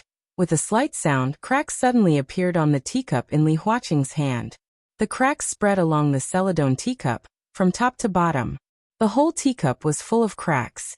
The tea was swaying in the teacup, creating ripples one after another. Li Huaqing looked down at the teacup in his hand and said nothing. Qin Weibai's smile froze. Her pupils contracted, and she stared at the teacup full of cracks. The depths of her eyes were full of unconcealable shock. The celadone teacup was not strong. When it was full of tea, there were many people who could crush the teacup. Any expert in the fire-flaming realm could do that. But in absolute shock, the teacup was accidentally cracked in the shock, but the tea did not spill at all. It was not difficult to achieve this kind of power. But what kind of person could have such a precise grasp of power? Qin Weibai stared at Li Huaqing in a daze. For the first time, there was a touch of full vigilance in her eyes. Li Huaqing, the president of Zhongzhou State, did not understand martial arts. The whole world knew that. Li Huaqing lowered his head and kept holding the teacup, which looked a little weird. Because he lowered his head, Qin Weibai could not see his eyes. Because another secret was exposed because the trump card in his heart was revealed. This was the first time Li Huaqing had experienced this feeling. Perhaps only Qin Weibai could do this. Sharp, direct, precise, abrupt. Just when he thought that Qin Weibai was testing him, and just when he thought that Qin Weibai might make some demands, this woman, whom Li Huaqing had never underestimated, directly revealed his trump card. Give Zhongzhou State to Li Tianlan. That was his plan. It sounded inconceivable, absurd, and fantastical. But as long as he did it, no one dared to say that there was no chance of success. Zhongzhou State did not have a president from the dark world. But Snow Country once had a leader who was a secret agent. His existence was not for nothing. During his term, Snow Country might not have changed much. But because of his existence, Snow Country, which had been on the edge of the cliff at that time, was pushed back to a stable position. Because of this, there was the situation of Snow Country today. Similarly, Li Huaqing could also hand over the future of Zhongzhou State to Li Tianlan. This kind of handover was not a symbolic handover. Instead, he truly handed over Zhongzhou State to Li Tianlan without reservation. What does this mean? In other words, Li Huaqing would be re-elected in this election. 5 years later, it was still hard to say who would be in Li Huaqing's position. It was unlikely that it would be Li Huaqing. It could be Wang Qinglei, Wen Siyuan, or someone else. The possibility of the academics, the new group, and the giant group was not high. It could even be said to be very small. The president after Li Huaqing was most likely from the Southeast Group or the Prince Group. 10 years after the new president took office, which was 15 years from now, Zhou Yuanshan, who was about to take control of Nanyue province, was already unstoppable. Zhou Yuanshan was also the focus of the new group and the giant group. 15 years later in Zhongzhou State, Dongqing Wudi, Bai Qingqian, Bai Qingqiao, and the others must have retired. At that time, Zhou Yuanshan would be incomparably powerful. As long as he maintained the current momentum, there would be almost no obstacle for him to ascend to the position of president. With the return and stability of Tiannan, Ning Qiancheng, as the first mayor of Xianyuan City, would inevitably become Zhou Yuanshan's right-hand man. Zhou Yuanshan, Ning Qiancheng. At present, these were the two leaders of the new group that could be confirmed to be 15 years later. At that time, the new group would be more powerful than it was now. It would be full of talents, masters, and wealth.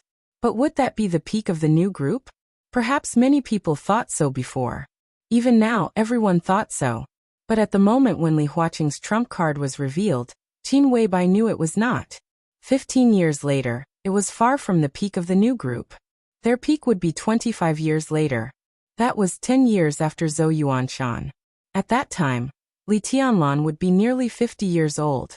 He would become the leader of the new group, the palace master of Emperor Dong's palace, the war god protector of Zhongzhou State, and the president of Zhongzhou State.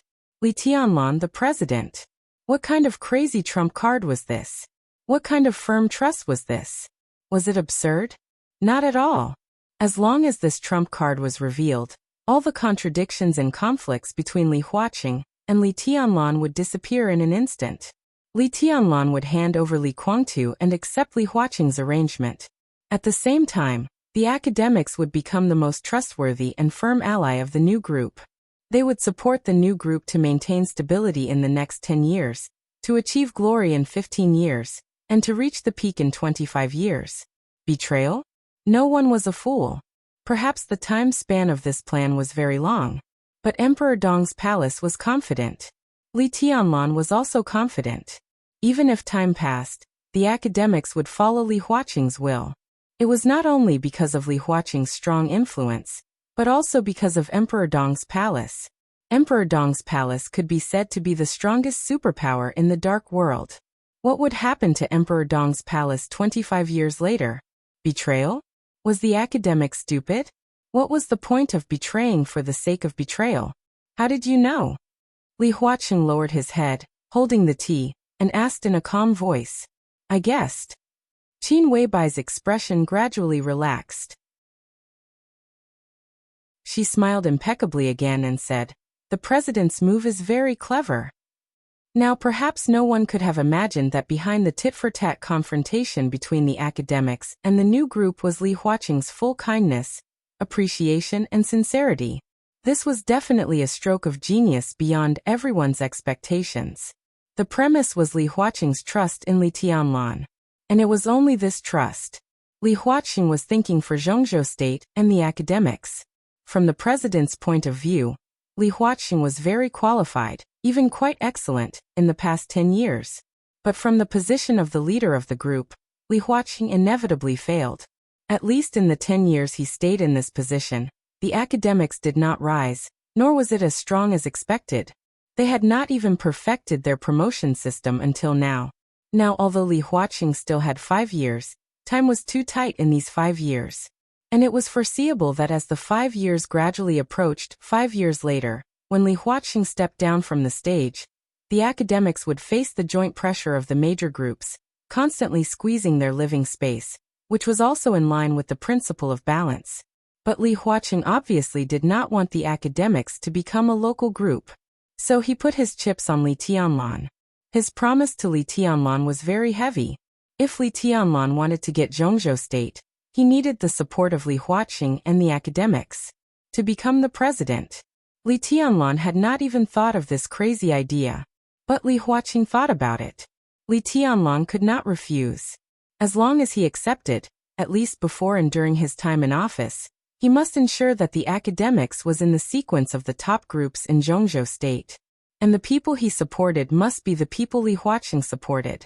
In this way, Li Huaqing's influence would last forever. Emperor Dong's palace would become stronger and stronger, and the academics would become more and more stable. Under such mutual influence, various chains were tantamount to completely locking the relationship between the new group and the academics in the future, and there could be no more variables. And this so-called future could be expected to be 35 years in the future. In 35 years, both Li Tianlan and Li Huaqing could get what they wanted. This was a real win-win situation. Do you think it's ridiculous? Li Huaqing continued to ask. If I think it's ridiculous, I won't guess the answer. Qin Weibai said indifferently. Ha! Li Huaqing smiled and whispered. At present, I'm not sure whether this decision is right or wrong. Qin Weibai understood the meaning of this sentence. Li Huaqing would give Zhongzhou State to Li Tianlan. But he gave Zhongzhou State to Li Tianlan, who was nearly 50 years old at that time. Not Li Tianlan, who was in his 20s now. Now, giving Zhongzhou State to him was equivalent to letting Zhongzhou State commit suicide.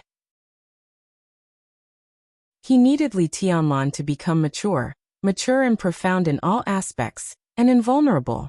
These 25 years were the time for Li Huaqing to cultivate Li Tianlan. He would make enemies for him, one after another in all aspects, and constantly make up for his shortcomings. Time will prove everything. Qin Weibai said lightly. So you're saying yes?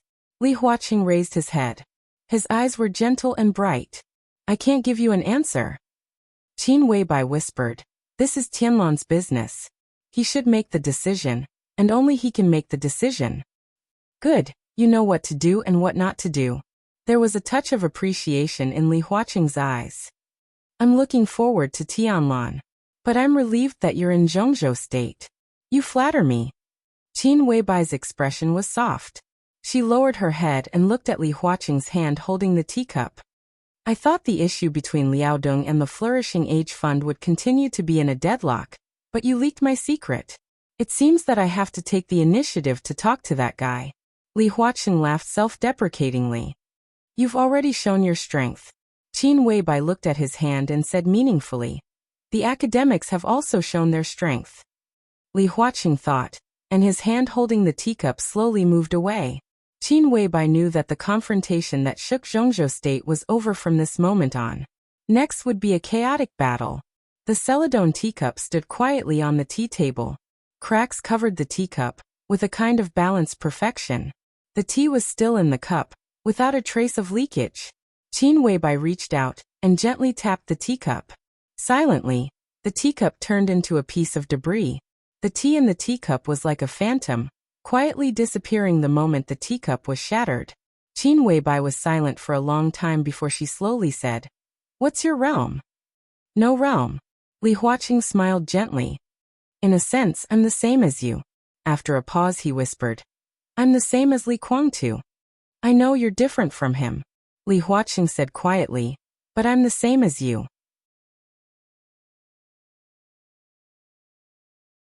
Chapter 1234.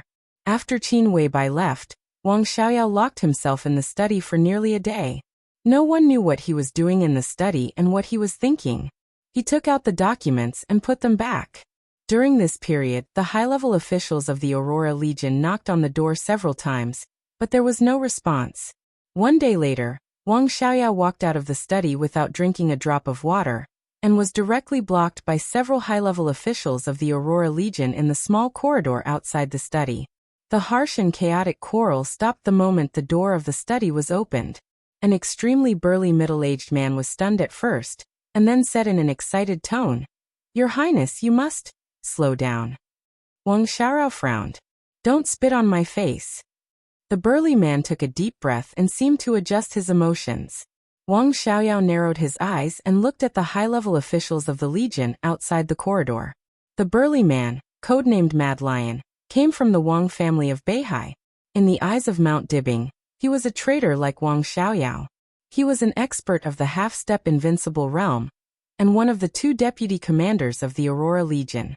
Next to the burly and huge body of Mad Lion stood a somewhat thin and gloomy middle-aged man. Compared with Mad Lion, who had anger and excitement written all over his face, he was obviously much calmer. When he saw Wang Xiaoyao come out, he He just smiled and did not speak. This was Wang Xiaoyao's confidant, whom he had cultivated in private when he was in the Wang family of Beihai. At present, he was also Wang Xiaoyao's most capable subordinate, codenamed Shadow.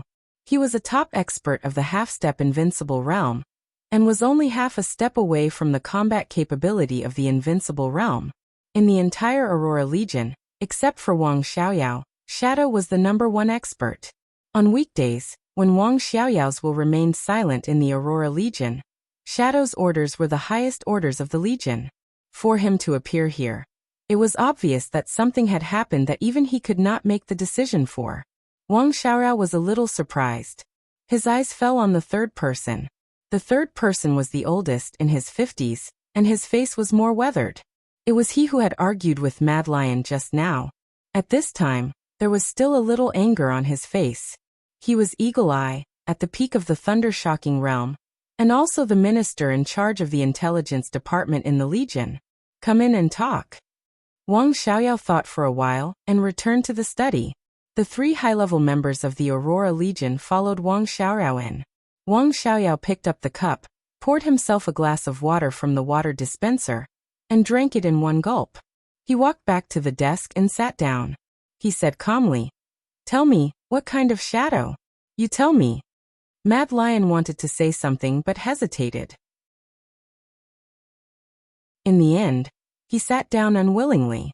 The shadow still kept smiling, but his eyes were a little dignified. "Your Highness, the Tusk Battle Group was raided by the Snowdance Corps yesterday and suffered heavy losses. Less than 2/3 of the people withdrew. The other side obviously knew the situation of the Tusk Battle Group in advance, and their actions were very accurate. The commander and 3 deputy commanders of the Tusk Legion have all died in battle, and the middle level has also suffered heavy losses. At present, our forces in Pasfa State have almost been uprooted. The Snowdance Corps has gone too far. The Mad Lion intends to take his division to fight back directly, but Minister Wang disagrees." "What's the reason for not agreeing?" Wang Xiaoyao frowned. Pasfa State was close to Wulan State. It was the territory that the Aurora Legion had just conquered, and it was at the key point of establishing the Dark Order. Wang Xiaoyao was also very concerned about it. The Aurora Legion claimed to have occupied the dark world of Snow Country, but it was just a claim. In fact, Pasfa State was the front line of the confrontation between the Aurora Legion and the Snowdance Corps. There was a border state between Pasfa State and Wulan State, but in the recent tug-of-war, the Snowdance Corps had gained the upper hand. Now they suddenly raided Pasfa State and succeeded, which not only meant that the Aurora Legion had lost control of Pasfa State, but also meant that the power of the Aurora Legion in the border state would be swallowed by the Snowdance Corps. This loss could be said to be the heaviest since the conflict between the Aurora Legion and the Snowdance Corps. Wang Xiaoyao silently lit a cigarette and looked at Wang Zhe, who was in charge of intelligence in the Aurora Legion. "Your Highness, I have received accurate information that the 5,000 elites of the Snowdance Corps to support the Dark Knights have returned," Wang Zhe said in a calm voice. In terms of blood relations, he was Wang Xiaoyao's cousin. It was just that the branch of the Wang family that belonged to him had long fallen into desolation. If Wang Xiaoyao had not given him a hand many years ago, he might have already been sleeping on the streets. Therefore, he cherished his position in the Aurora Legion very much and was loyal to Wang Xiaoyao. "All of them are back?" Wang Xiaoyao's pupils shrank slightly. According to the current intelligence statistics, about 3,000 people have returned, but the follow-up people will come back in batches.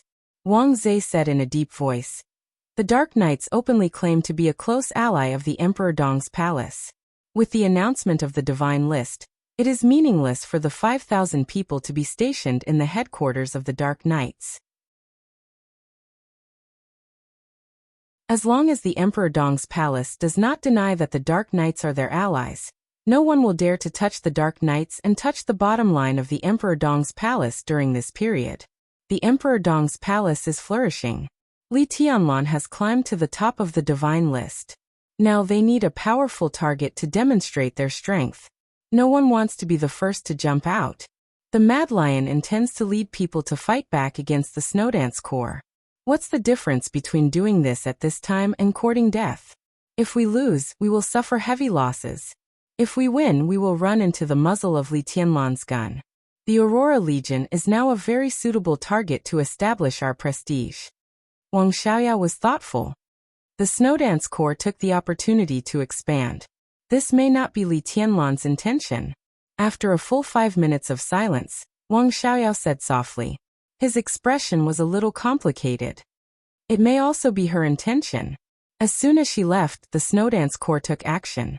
Is she trying to disturb my thoughts and make me panic? In the study, the 3 high-level officials of the army did not speak. Wang Xiaoyao tapped his fingers on the table and fell silent again. Your Highness. After a long time, the Mad Lion scratched his head and said in a muffled voice, Do we fight? Of course we have to fight. Wang Xiaoyao said subconsciously. The shadow's expression froze. Wang Zhe opened his mouth, but before he could speak, Wang Xiaoyao continued, But we still have to give in. There's no need to provoke Li Tianlan now. The time is not right. Let's observe the situation in Zhongzhou State first. So Wang Zhe said cautiously, fight and retreat at the same time. Save our strength. Wang Xiaoyao nodded and said yes. Fight and retreat at the same time? How far do we have to retreat? They have been fighting all the way from there. It won't take long for them to control the Dawn Islands. The Mad Lion looked dissatisfied. Retreat until Snow Country can't stand it anymore. Wang Xiaoyao smiled and said, When the Snowdance Corps expands to a certain extent, Snow Country will not sit back and watch. They will take action. That will be our chance to recover the lost land. Now if we can give in, let's give in first. Wang Xiaoyao stood up and said, The shadow is fully responsible for this matter. The shadow nodded subconsciously and said, Okay, Your Highness, you. Wang Xiaoyao narrowed his eyes and said blandly, I'm going to Zhongzhou State. When I'm not there, the Corps will be handed over to you.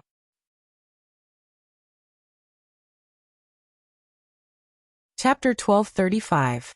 The helicopter gradually moved away from the Dawn Islands under the night sky. It flew higher and faster.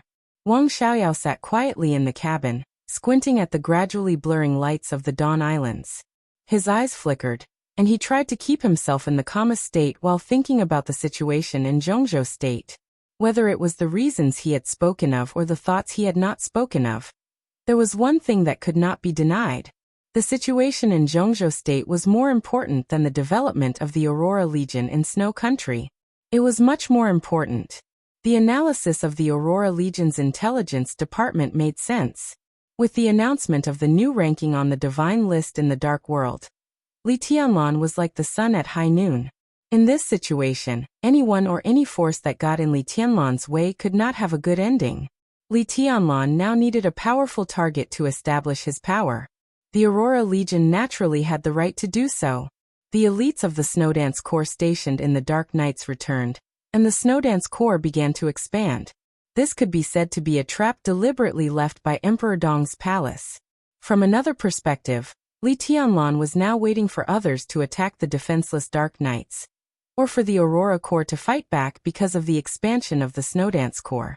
There will be more of these traps. East Island, South America, and Zhongzhou State could all become traps. It all depended on who couldn't help but jump in first. The current Emperor Dong's palace ignored everything. No matter who made a move under Li Tianlan's sword qi, they would only end up smashed to pieces. Naturally, Wang Xiaoyao did not want to be the target of Li Tianlan's prestige. Moreover, his mind was now focused on Zhongzhou State. Although the retreat of the Aurora Legion would cause him to lose something, he knew very well what was most important. Furthermore, retreating did not mean that they had no fighting spirit. He was not from Emperor Dong's palace. Jiang Shangyu, Li Guangtu Gu Xingyun, the Wang family of Beihai, and other superpowers in the Dark World were not allies of Emperor Dong's palace. This meant only one thing to them. That was Li Tianlan couldn't deal with him at present. However, he had to be targeted. The current Emperor Dong's palace was enough to frighten anyone because of their wealth, intelligence, military force, and potential. No one dared to go against Emperor Dong's palace, but everyone was eager to do so. To put it simply, none of them wanted to face Li Tianlan alone. The Dark World was waiting for an opportunity. It was an opportunity to unite many forces to target Li Tianlan and attack Emperor Dong's palace. Such an opportunity must appear in a relatively stable situation. To be exact, before the election of Zhongzhou State ended, the situation in Zhongzhou State would be difficult to stabilize, which meant that Jiang Shangyu, Li Guangtu, and Gu Xingyan would also be difficult to stabilize. Therefore, in the past 6 months, there might be undercurrents in the dark world, but there wouldn't be too big of a disturbance.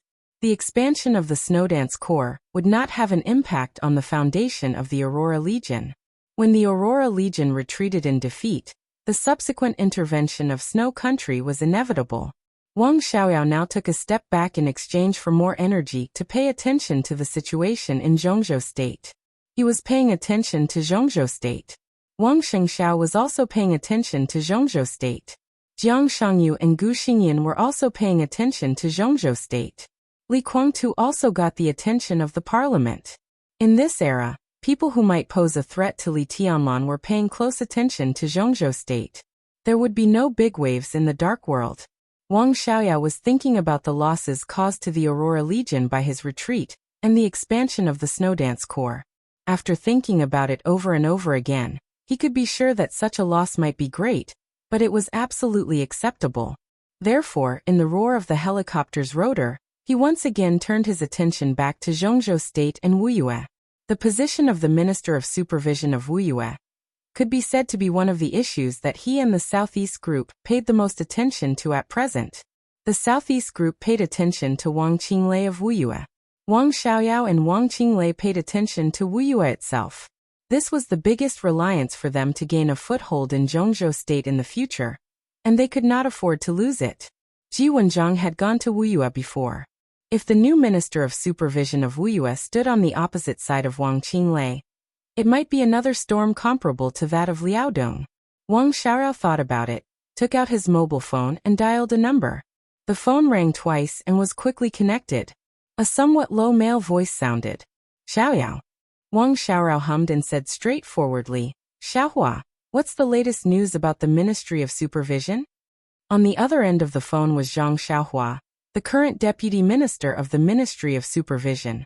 He used to be the Minister of Supervision of Huading, and was transferred to Yuzhou 5 years ago. Now he ranked third among the Deputy Ministers of the Ministry of Supervision, second only to Ji Wenjiang, and the Deputy Minister of the Prince Group. He had a high position, and was also Wang Xiaoyao's strongest force in the Ministry of Supervision. Zhang Xiaohua and Yu Chuanguang were close friends. For Wang Xiaoyao, he completely trusted Yu Chuanguang, and naturally, he could also fully trust Zhang Xiaohua. Do you want to ask about Wuyue? Zhang Xiaohua's voice was a little tired. Now the situation in the ministry is quite chaotic, and the matter of Wuyue has not been discussed for the time being. The case in Liaodong is very serious, and the ministry is almost in a mess. Wang Xiaoyao's expression was slightly relaxed. The answer to the case in Liaodong had already involved the deputy speaker. It was inevitable that the Ministry of Supervision of Zhongzhou State would intervene. After Ji Wenjiang returned to Yuzhou, the first supervisory group had been sent to Liaodong to accept Zhao Yu's case. This was just the beginning, and there would be many subsequent actions. Bai Qingqian acted decisively, and the academy would naturally not sit still. Their current power in the Ministry of Supervision was estimated to have begun to cooperate with the Prince Group to put pressure on Ji Wenjiang. This would definitely involve most of Ji Wenjiang's energy, so that he would always focus his attention on Liaodong. That is to say, the matter of Wuyue can be delayed? Wang Xiaoyao laughed. But it won't be long, Zhang Xiaohua said softly. The minister is indeed under pressure, but to put it bluntly, there is not much that can be discussed. In the end, he will still make up his mind. Once he makes up his mind, the next thing to deal with must be the matter of Wuyue. Mu Guofeng must be dealt with, but it's hard to say who will replace him now. During this period, it will be about 10 days at most. We have to hurry up. What do you think about the candidate to replace Mu Guofeng? My idea is to hear your thoughts, Wang Xiaoyao said with a smile unhurriedly. Ji Wenjiang's intention to transfer Mu Guofeng away was very obvious, so the new Minister of Supervision could not be raised within Wuyue. It was definitely a parachute appointment. Wang Xiaoyao had a wide network, but he could not trust many people. If he was parachuted, Wang Qinglei's influence on Wu Yue was also limited. Zhang Xiaohua's opinion was very important to him, and he had been in the supervision system for many years. He had seniority and prestige, so he was qualified to propose a candidate. He should first form his own voice in the Ministry of Supervision, so that Wang Xiaoyao could operate in the outside world through some old people of the Southeast group. I have a candidate, and even more than one, but the one with the greatest chance can only be Chu Jiangchao, Zhang Xiaohua said in a deep voice. You should be familiar with him. Of course not, Wang Xiaoyao said with a broad smile. He is also the best candidate in my mind. The most important thing for us now is to protect Wu Yue. As for the rest, we can take a step back, right? It's best that you think so. Zhang Xiaohua breathed a sigh of relief. If Chu Jiangchao goes to Wu Yue, the opposition should be very small. The minister will probably agree. Chu Jiangchao, one of the 11 directors of Huading, was the Minister of Supervision. He was also one of the people who took over Zhang Xiaohua's position in Huading after he left. He was his absolute confidant. Letting Chu Jiangchao go to Wu Yue could undoubtedly stabilize the current situation in Wu Yue. This was not what Ji Wenjiang wanted to see. But this gave the Southeast Group another opportunity from another perspective. An opportunity that the Southeast Group would seize even if they knew what Wang Xiaoyao was thinking. This was an open conspiracy. For Wang Qinglei and Wang Xiaoyao, Wu Yue was a place they would protect even if they died. In the current situation, for the Southeast Group and the Wang family of Beihai, Wu Yue was not necessarily a place they would fight for even if they died. The premise was that Wang Xiaoyao could give them enough benefits. Wang Xiaoyao narrowed his eyes and said with a smile, I am already on my way to Zhongzhou State. When I arrive in Yuzhou, I will visit Senior Xie as soon as possible.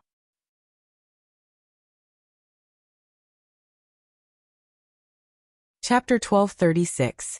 After returning to the luxurious bedroom on the top floor of Emperor Dong's palace from Li Huaqing's residence, Li Tianlan was waiting for Qin Weibai to have breakfast. The dishes on the table were obviously two extremes, extremely light and extremely greasy. Qin Weibai smiled and looked at Li Tianlan, who was sitting in a daze. She sat next to him and served him a bowl of rice.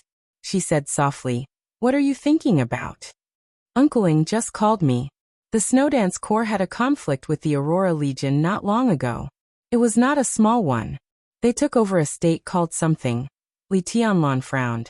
Pass State. Qin Weibai smiled and said, I arranged it. Pass State has a good profit. Not just arms, right? Li Tianlan looked at Qin Weibai with burning eyes. Pass State of Snow Country was quite famous in the Dark World. It was rich in armaments, from light weapons to heavy weapons. Before the Aurora Legion, it was a very important profit point for the Polar Ground Alliance. Every year, countless kinds of weapons would flow from Pass State to several countries in the eastern part of the European continent. Then, with Wulan State as the core, the weapons would radiate to the Dark Knights, the major clubs in the European continent, the Mafia, and many other underground forces. This interest chain was extremely mature. The Aurora Legion could take over it. Now that the Snowdance Corps occupied Pass State, they could naturally take over it after negotiating with the military factories in Pass State. The arms trade alone could bring tens of billions of profits to Emperor Dong's palace every year. Moreover, although Snow Country's economy was relatively backward, its conventional weapons were no less sophisticated than those of any superpower in the world. Occupying Pass State meant that the Snowdance Corps would also relieve a considerable part of the pressure on armaments. On the plus side, it was tantamount to sharing the worries of Zhongzhou State. Of course, from another perspective, it was also further getting rid of the Snowdance Corps' dependence on Zhongzhou State. The cake of Pass State is very tempting. Of course, we can't give it up. Qin Weibai picked up a vegetable for Li Tianlan with chopsticks. Seeing him eat it helplessly, she nodded with satisfaction. The 5,000 elites we lent to the Dark Knights don't need to stay there anymore. After the new ranking on the Divine List, no one will dare to touch the Dark Knights in a short time. You force Xiange to stay in Emperor Dong's palace. You won't do nothing, will you? Well, she should be about to enter the peak of the invincible realm. When she went back, the Dark Knights would naturally be safer. So I transferred them to the headquarters of the Snowdance Corps to cooperate with the expansion of the Snowdance Corps. This is for profit and also to test the waters. Probe? Li Tianlan asked vaguely. He ate very quickly and did not have high requirements for food. The greasier the better, and the more energy it provided, the better. He did not care about taste or appearance, as long as it was edible. He casually handed the empty bowl in his hand to Qin Weibai. His eyes flickered as he said, "Is Wang Xiaoyao worth your time?" "Worth it." Qin Weibai nodded. "But it's not worth it. His relationship with the Wang family of Beihai is what I'm most interested in at present." "Why do you think Wang Xiaoyao didn't betray Mount Dibing?" Li Tianlan asked. Intuition. Qin Weibai thought for a moment and said with some uncertainty, "I always feel that this matter is a little strange, but I can't put my finger on it. If Wang Xiaoyao's betrayal is fake, it means that the two brothers, Wang Tianzong and Wang Xiaoyao, are acting." "Tianlan, do you know what this means?" Li Tianlan ate quietly. "I haven't paid attention to Wang Xiaoyao. He had to pay attention to many things, including his martial arts, the development of Emperor Dong's palace, and Li Huaqing's attitude. Jiang Shangyu, Li Kuangtu, and even Gu Xingyan were more worthy of his attention than Wang Xiaorao. And what he couldn't pay attention to, Li Tianlan believed that Qin Weibai would see for him. Whether Wang Xiaoyao betrayed or not is crucial to the future of the Wang family of Beihai. Qin Weibai said softly. Whether Wang Xiaoyao is on Wang Qinglei's side or Wang Tianzong's is completely different." Li Tianlan paused and asked, "If Wang Xiaoyao didn't betray, is it impossible that Wang Qinglei didn't betray?" "That's impossible." Qin Weibai shook her head. "Wang Qinglei is destined to betray Mount Dibing. His position can be confirmed. The reason why I suspect Wang Xiaoyao is because of Yu Chuanguang. Yu Chuanguang was the former mayor of Huading and the current governor of Wuyue." Li Tianlan thought about it and couldn't think of anything. He lowered his head and continued to eat. "I've studied Yu Chuanguang's resume. In the past 20 years he and Wang Xiaoyao really advanced and retreated together. Maybe because of this his promotion was extremely fast. Even the most critical step was the Southeast Group's exceptional promotion of him. Before he became the deputy speaker of Huading, he was just the speaker of a city in Beihai. It's only been 2 years since he was transferred to Huading." Qin Weibai thought silently. "Well, it should be shortly after I met Wang Xiaoyao and met Wang Tianzong for the first time. It is said that the two brothers had a quarrel, and then Yu Chuanguang was promoted to the mayor of Wuyue. It was also that year that Wang Qinglei entered the parliament and became the speaker of Wuyue. Is there any relationship between them?" Li Tianlan asked. "It seems that there is no relationship. But promoting Yu Chuanguang always makes me feel that he is blocking the position in advance. After he was transferred from Huading to Wuyue, this feeling became more obvious." Qin Weibai shook her head. Li Tianlan was deep in thought as he ate. Wang Qinglei has to improve this year no matter what. This is a very important matter to him. No matter what happens, as long as he can become a director, he can accept it. Qin Weibai continued. "So, you said that if I meet Li Huaqing, I can mention that Wang Qinglei should stay in Wuyue as a director." Li Tianlan said thoughtfully. "That's right. Wang Qinglei can continue to stay in Wuyue, but he can become a director. This is an acceptable result for him. If Wang Xiaoyao really works together with Wang Qinglei, then he can accept this result as long as Wang Qinglei becomes a director." Qin Weibai's voice was gentle. Li Tianlan instantly understood. If Wang Xiaoyao didn't betray Mount Dibing, then he would fully support Wang Qinglei to become a director. But he hoped that Wang Qinglei would leave Wuyue and become a director. In this way, Yu Chuanguang would naturally enter the parliament and become the chairman of Wuyue. It doesn't seem to be a big deal. It's just a win-win situation between Wang Qinglei and Wang Xiaoyao. But in fact, once Wang Qinglei leaves Wuyue, his life and death are in the hands of Wang Xiaorao. Qin Weibai laughed. In the current situation, the Southeast Group will definitely lose Wuyue, its core base, in this election. Ji Wenzhong went to Wuyue, and the supervisory minister of Wuyue will be replaced. But even if the new supervisory minister can stir up a storm, it is unlikely that Wuyue will return to the arms of the Southeast Group, because it means that he has to overthrow Wang Qinglei and Yu Chuanguang at the same time, which is almost impossible. So let's see who the new supervisory minister of Wuyue is. Maybe we can find some clues. Who could it be? Li Tianlan was in high spirits. What I hope is that the people of the Prince Group enter Wuyue, which means that Wang Xiaoyao and Wang Qinglei have completely betrayed each other. What I don't want most is that the people of Huiting enter Wuyue, especially the current supervisory minister of Huiting. This also means that Wang Xiaoyao is very likely to be acting with Wang Tianzong. Of course, it's just a possibility. It can't prove anything. The situation is still confusing. But if it's really possible, then we can at least be sure of the biggest strategic goal of the Southeast Group after Wen Xiyuan in this election. It's Huiting. Li Tianlan's voice drifted. They have lost Wuyue, so they must want a back garden that is no less important than Wuyue. Huiting is the most suitable place. They will transfer the power that belongs to Wang Xiaoyao to Wuyue. With the current speaker Zhong Yue of Wuyue stepping down, they will have the qualification to trade with the Prince Group. They will trade Wuyue to the Prince Group on the condition that the other party helps them take down Huiting. So Wang Xiaoyao's attitude is crucial, and so is Wang Qinglei's departure. Qin Weibai said softly, once the new supervisory minister of Wuyue is the one in Huiting, it means that Wang Xiaorao and Yu Chuanguang's control over Wuyue will be further enhanced. If Wang Xiaorao doesn't betray Mount Dibing, it means that although Wuyue is out of the control of the Southeast Group, it is only superficial. Wang Tianzong still needs time to recuperate. When he recovers and returns, Wang Xiaoyao and Yu Chuanguang will stab Wang Qinglei in the back. All the forces of Wang Qinglei's faction will be destroyed. At that time, Wang Qinglei will be unable to recover, and Wuyue, because of Yu Chuanguang's absolute control, will return to the hands of the Southeast Group. In this way, the Southeast Group will not only eliminate the biggest internal hidden danger, but also seize Huiting. At that time, the Wang family of Beihai will control the three key places of Beihai, Huiting, and Wuyue. There is no doubt that it will become the first group in Zhongzhou State, and reproduce the peak period when the Li family was still there more than 20 years ago. Qin Weibai looked at Li Tianlan quietly.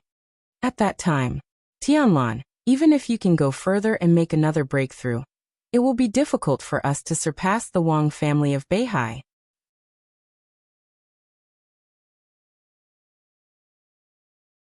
Chapter 1237. When the plane landed at Yuzhou International Airport, it was already 9 o'clock in the evening. Wang Xiaoyao walked out of the airport alone, and saw Zhang Xiaohua standing at the pickup gate with a serious face. Zhang Xiaohua was thin, not tall, and plain-looking. At first glance he looked inconspicuous, but he had a strong aura, cold, serious, and meticulous. A considerable number of people in Zhongzhou State respected and feared him. In the past few years in the Ministry of Supervision, several governor-level big shots had been defeated by him. As the Southeast Group and Wang Qinglei gradually drifted apart, Wang Xiaoyao and Wang Qinglei were closely related. Zhang Xiaohua's existence had been widely regarded as the sharpest sword in Wang Xiaoyao's hand. I haven't been to Yuzhou for a long time.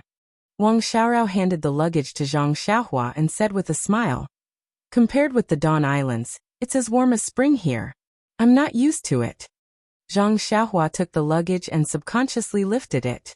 The luggage was very light. He frowned slightly and asked, don't you plan to stay in Yuzhou for a long time? I'll leave after I finish my business. Wang Xiaorao said, the situation in Snow Country is also very tense. The Snowdance Corps has begun to expand.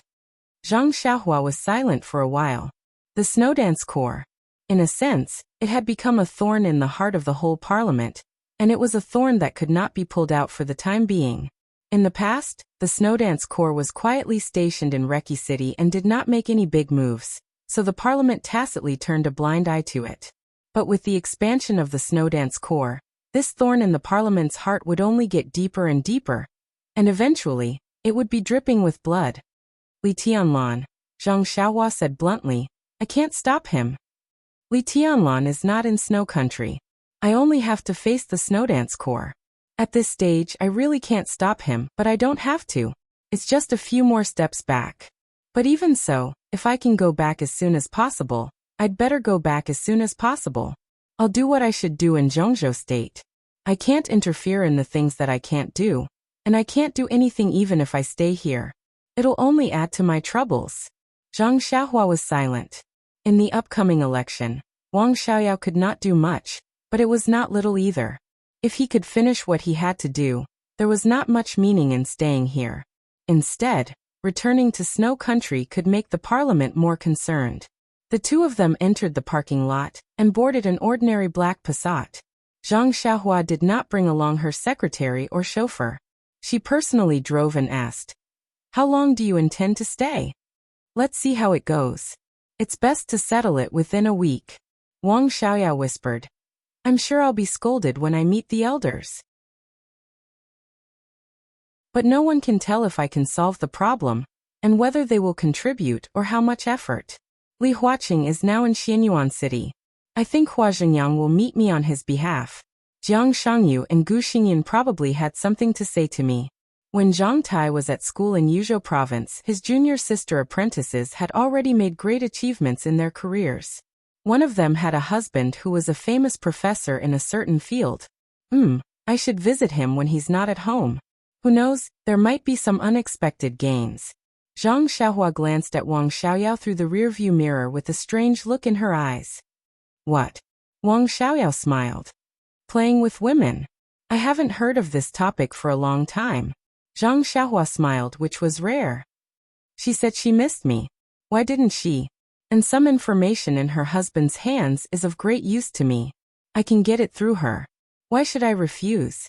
Wang Xiaoyao's voice was a little bleak. "I didn't think about this before because I thought I still had hope. Now," he smiled and asked, "what else do I have?" Zhang Xiaohua thought of the wife of the palace master of East Palace, who was now peerless in Tiannan. He shook his head and changed the topic. "Shall we go directly to Xia's hometown?" "Yes, I contacted him before we got on the plane. Now he's waiting for us to drink."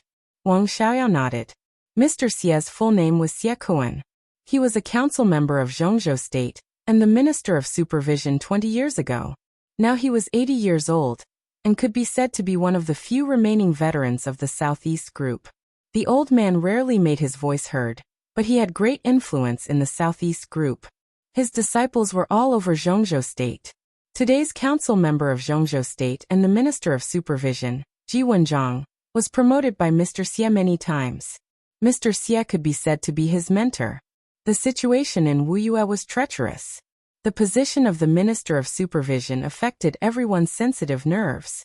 If Wang Xiaoyao wanted to intervene in this matter, visiting Mr. Xie was the most direct and effective way. And the means? Will Mr. Xie agree? Zhang Xiaohua whispered. Mr. Xie liked Wang Xiaoyao very much. Before he left Mount Dibing, no matter how busy Wang Xiaoyao was, he would come to Yuzhou to drink with Mr. Xie in every festival. When he was in the Wang family of Beihai, he was a sensitive figure who coordinated the relationship between Mount Dibing and the Southeast Group. He naturally attached great importance to these old people. Mr. Xie also attached great importance to Wang Xiaoyao, but he was somewhat lukewarm to Wang Tianzong. But to put it bluntly, it was just his personal preference. Wang Xiaoyao was now a traitor of Mount Dibing, and a traitor who had separated Wuyue in the eyes of the Southeast Group. It was impossible for a tycoon like Mr. Xie to do anything based on his personal preference. No matter how much he liked Wang Xiaoyao, he would first consider problems from the standpoint of the Southeast Group. It was not possible for him to influence his decision with his personal feelings. How do you know if you don't try? Wang Xiaoyao said with a smile. In fact, it depends on the situation. My personal friendship with Mr. Xie can only guarantee that I can still go to his house to drink now. If there is nothing else, it is almost impossible for me to intervene in Wuyue's affairs. But if I have enough chips in my hand, I can still fight for some things with my personal friendship with Mr. Xie. Chips? What chips? Zhang Xiaohua was a little confused. The leaders of the Southeast Group should now realize the fact that they have invested a lot of resources in Qinglei before, and the time when Qinglei and I left the Southeast Group is also very sensitive. It is difficult for them to react in just a few years. In addition, the Southeast Group has been in turmoil in the past 2 years. Even if they want to intervene in Wuyue, they are powerless. At this point, the result is obvious. In this election, no matter what, it is impossible for them to control Wuyue. Ji Wenjiang went to Wuyue just because he was unwilling to give up and wanted to struggle. In fact, even if they succeeded, so what? Wuyue would not fall into their hands. This time I met Mr. Xie to explain this fact. I will take Wuyue, but I will leave them something else. To put it bluntly, this is a deal. That you're tuning in to the Echoes of the Heart YouTube channel. Don't forget to subscribe and join us on this journey to catch the most captivating stories.